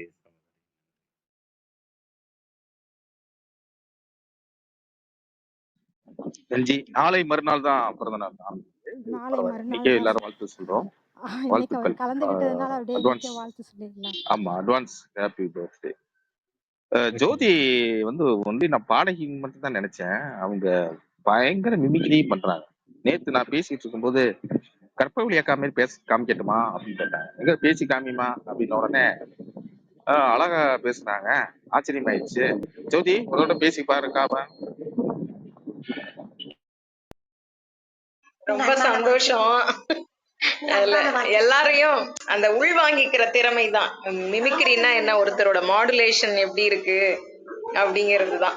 அதனால பாட்டு இருக்கிறவங்களுக்கு அதுவும் வர்றது இயல்பு தான். நன்றி. எப்பவும் நல்லா இருக்கணும். ஆனந்த் தம்பி வந்து எங்களுக்கு கிடைச்ச, ஜோதிக்கு கிடைச்ச கிஃப்ட். அமைதியா இருக்கும். எப்பனாலும் ஜோதி மேல வச்சிருக்கிற அந்த அன்பு, ஒரு மகளை போல நேசிக்கிற ஒரு அன்பு, எதுனாலும் அவளுக்காக செய்யணும் அப்படிங்கிற அந்த புரிதல், இதெல்லாம் தான் இந்த மாதிரி பிள்ளைகளுக்கு வரும். அதுல வந்து இப்ப இவர் பேசினார் இல்லையா, யாரெல்லாம் பாதிக்கப்பட்டிருக்காங்களோ அவங்கள தேடிதான் பைபிள்ல ஒரு வார்த்தை வரும், மேய்ச்சல் இல்லாத ஆடுகளோ என்னவோ வரும். அந்த மாதிரி யாரெல்லாம் தவிச்சிட்டு இருக்கிறாங்களோ தேவையுள்ளவங்களை போய் தேடி செய்யறதுதான் உண்மையான உதவி. அத வந்து தம்பி எப்பயுமே தன்னோட வாழ்க்கையில ஒரு பெரிய குறிக்கோளா வச்சுட்டு இது பண்றாரு. ஆமா. அன்பு தம்பிக்கு எப்பவும் எங்களுக்கு ஒரு கிடைச்ச ஜோதிக்கு கிடைச்ச ஒரு நல்ல உறவு. வாழ்க வளமுடன். ஜோதி அம்மா நீங்க இதுல ஸ்லோன்ல இருக்கீங்கன்னு நினைச்சேன், அதனாலதான் பேச இதை முடியும். நல்லா இப்பதான் இருக்கேம்மா? கிளம்பிட்டு இருக்கேங்க ஐயா. சரிம்மா. இனிய பாடல் வாழ்த்துக்கள் அம்மா. ஜோதி ராமச்சந்திரன் ஐயா உங்க குரலை கேட்டு அவ அம்மா கேட்டுக்கிட்டே வணக்கம், இருந்தா.